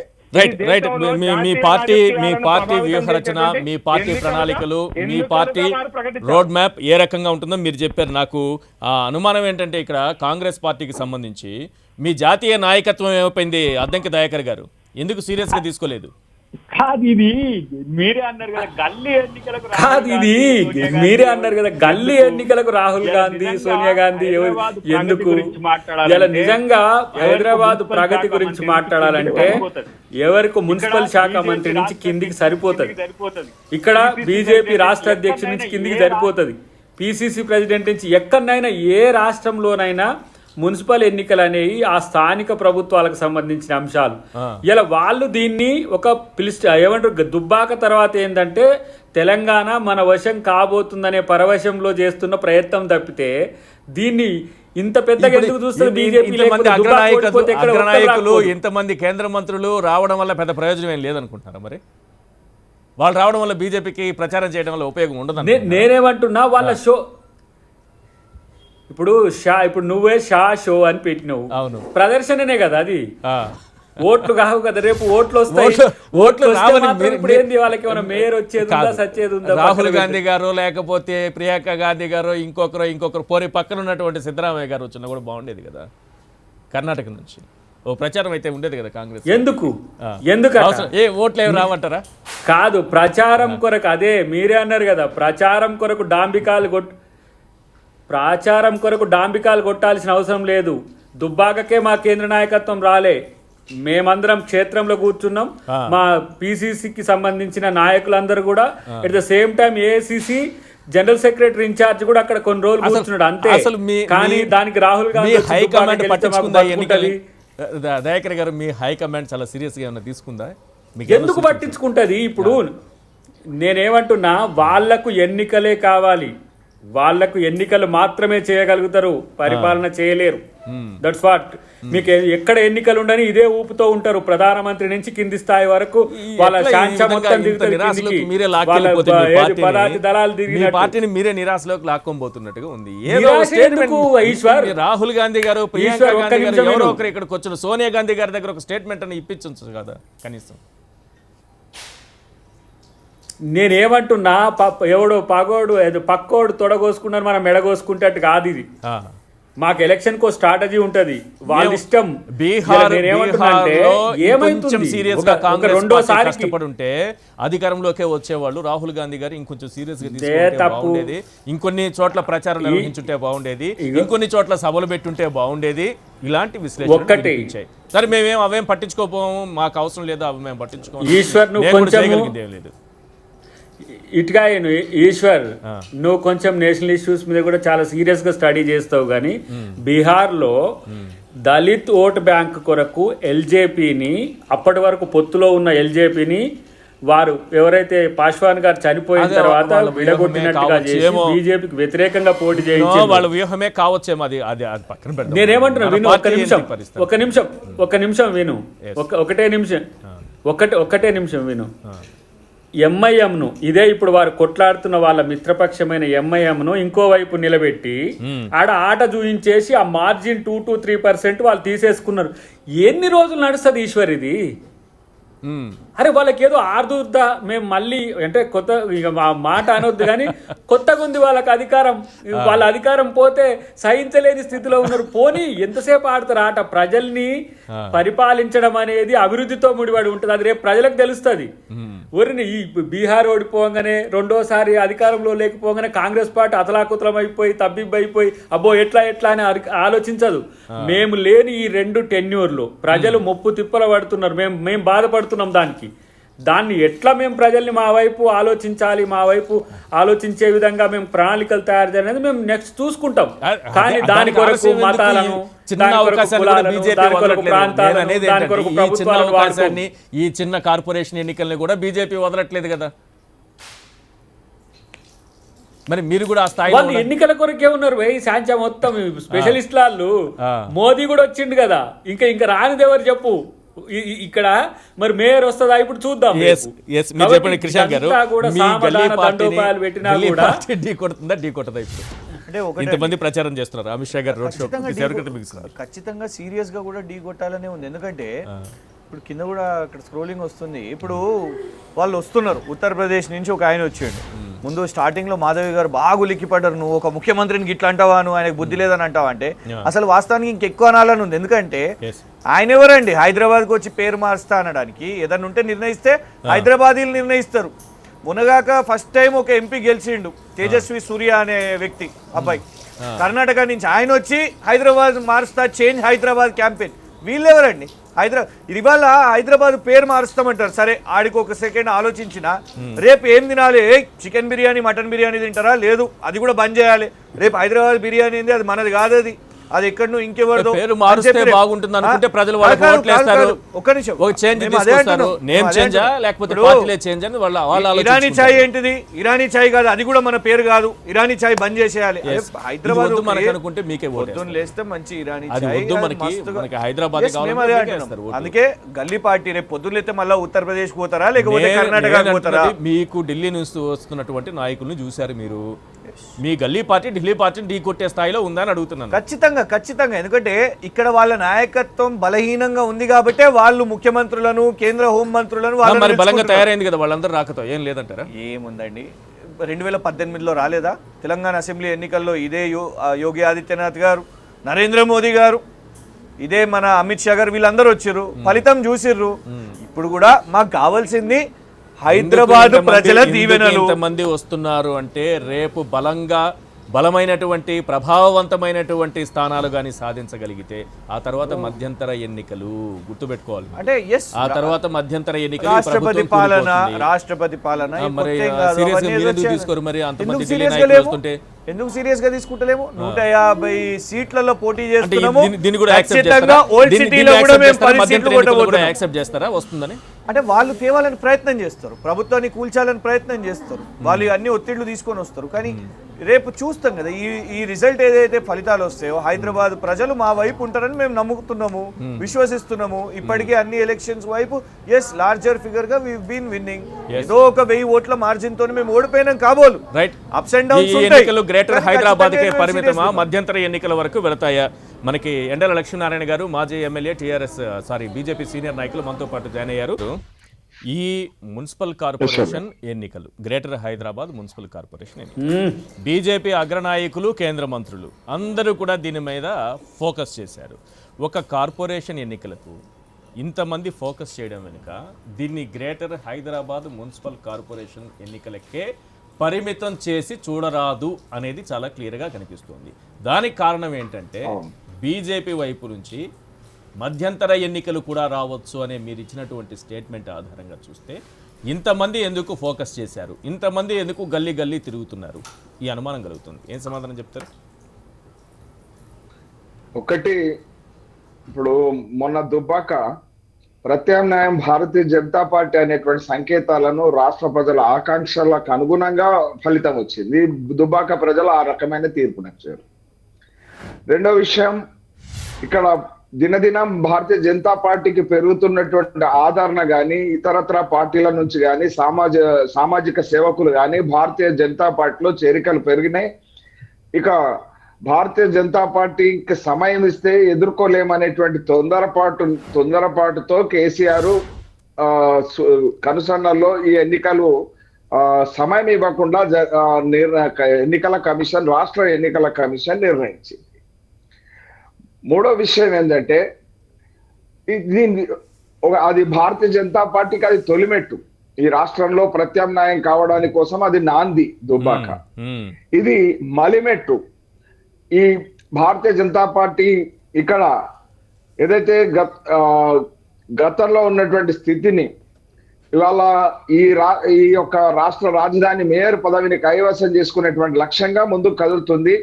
మా అంతిమ లక్ష్యం ఈ రాష్ట్రంలో అధికారంలోకి భారతీయ జనతా పార్టీ రావడం, అధికారంలోకి వచ్చి ఇక్కడ మెరుగైన సేవలు ప్రజలకు విస్తృతంగా అందించడం. ఇక మరొక విషయం ఏంటంటే ఇక్కడ నేను అడిగింది రెండు అంశాలకు సంబంధించి. ఒకటి, ఒక కార్పొరేషన్ ఎన్నికలకు మీ పార్టీ అగ్రనాయకత్వం అంతా ఇక్కడికే రావడం, కేంద్ర మంత్రులు రావడం, దీనిపైన ఫోకస్ చేయడం, ఇది ఇక్కడికే పరిమితం అవుతుందా?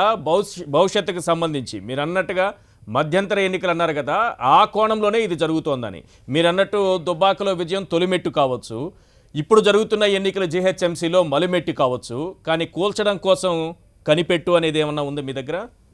ఈ ప్రభుత్వాన్ని కూల్చడం అనే అంశానికి సంబంధించి మధ్యంతర ఎన్నికలు అన్నారు కదా. అంటే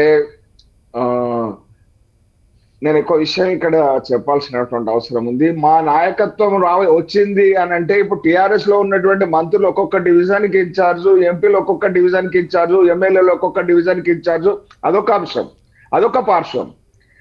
భారతీయ జనతా పార్టీ ప్రభుత్వాన్ని కూల్చడం అనేటువంటి అంశం కాదు.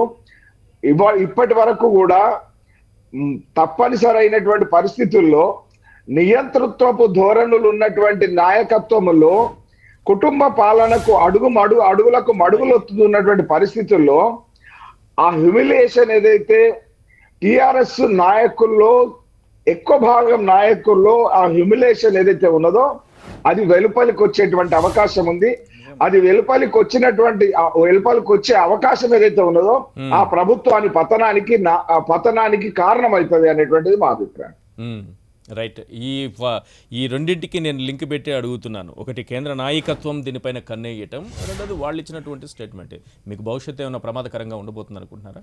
అంటే ఖచ్చితంగా లేదండి. ఎందుకంటే ప్రజలు కూడా కేంద్ర ప్రభుత్వాన్ని ఇవాల్యుయేట్ చేస్తారు. ఇప్పుడు వచ్చిన వాళ్ళందరూ కూడా, ఇప్పుడు ఉదాహరణకు అమిత్ షా గారు వచ్చారు, మాకు ఇప్పుడే వస్తున్న సమాచారం ఏంటిదంటే బిఎస్ఎన్ఎల్ ఎంప్లాయీస్ అందరు కూడా మీరు బిఎస్ఎన్ఎల్ని సర్వనాశనం చేస్తున్నారు అని అక్కడ నిరసన తెలిపిర్రంట. అందుకు కాబోలు మేబీ వాళ్ళ రోడ్ షోని ఇమీడియట్గా వైండ్ అప్ చేసుకొని వెళ్ళిపోయారు.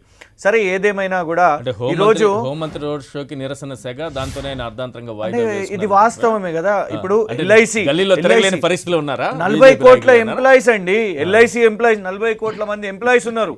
BSNL, BHEL, railways, air India, వీళ్ళందరూ ఏకమైతే మాత్రం, ఎందుకంటే ఇది కదా పబ్లిక్ సెక్టర్ ఇప్పటి వరకు అసలు మన భారతదేశ పునాదుల్లో మనము ఈ ఇండస్ట్రీస్తోనే ఎంత ఆదాయం కలిగింది అనేది స్పష్టంగా కూడా చూసినాం.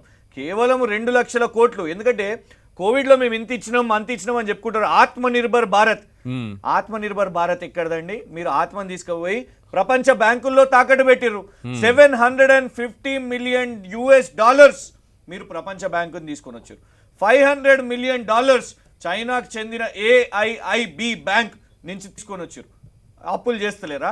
ప్రపంచ స్థాయిలో అప్పులు అంటే స్పష్టంగా అర్థమైపోయింది. ఎకనామిక్ దివాలా, మాన్యుమెంటల్ డిజాస్టర్. ఆత్మనిర్భర్ భారత్ లో భాగంగా వీధి వ్యాపారులకు రుణాలు ఇప్పించడంలో టాప్ ప్లేస్ లో తెలంగాణ ప్రభుత్వం నిలిచింది. ప్రధానమంత్రి కూడా కొనియాడారు మిమ్మల్ని. ఇది కూడా ఆత్మనిర్భర్ భారత్ లేకపోతే మీకు ఆ ప్రశంసలు ఎక్కడి నుంచి వచ్చాయి? ఈశ్వర్ గారు, 2,30,32,232 2,32,232 ఇది పార్లమెంట్లో ఇచ్చిన సమాధానం. గంతమంది పాపం వీధి వ్యాపారులు వాళ్ళు అప్లికేషన్స్ పెట్టుకుంటే ఎంతమందికి ఇచ్చారు తెలుసా అండి?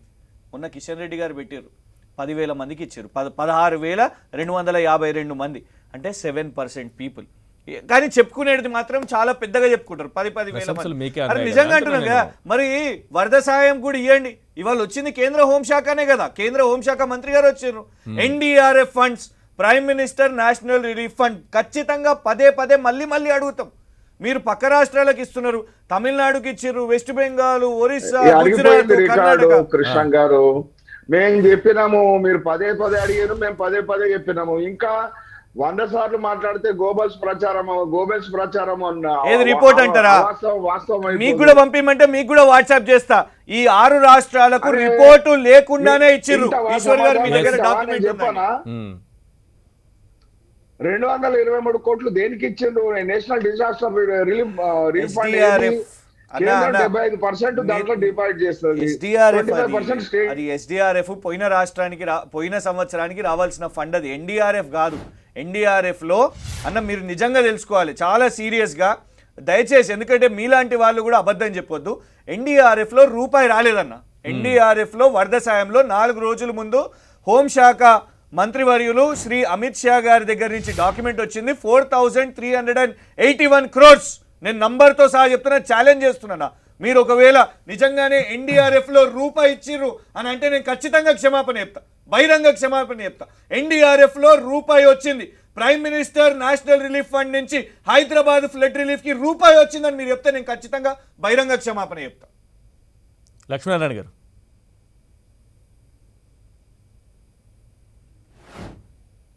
ఎస్ దయాకర్ గారు.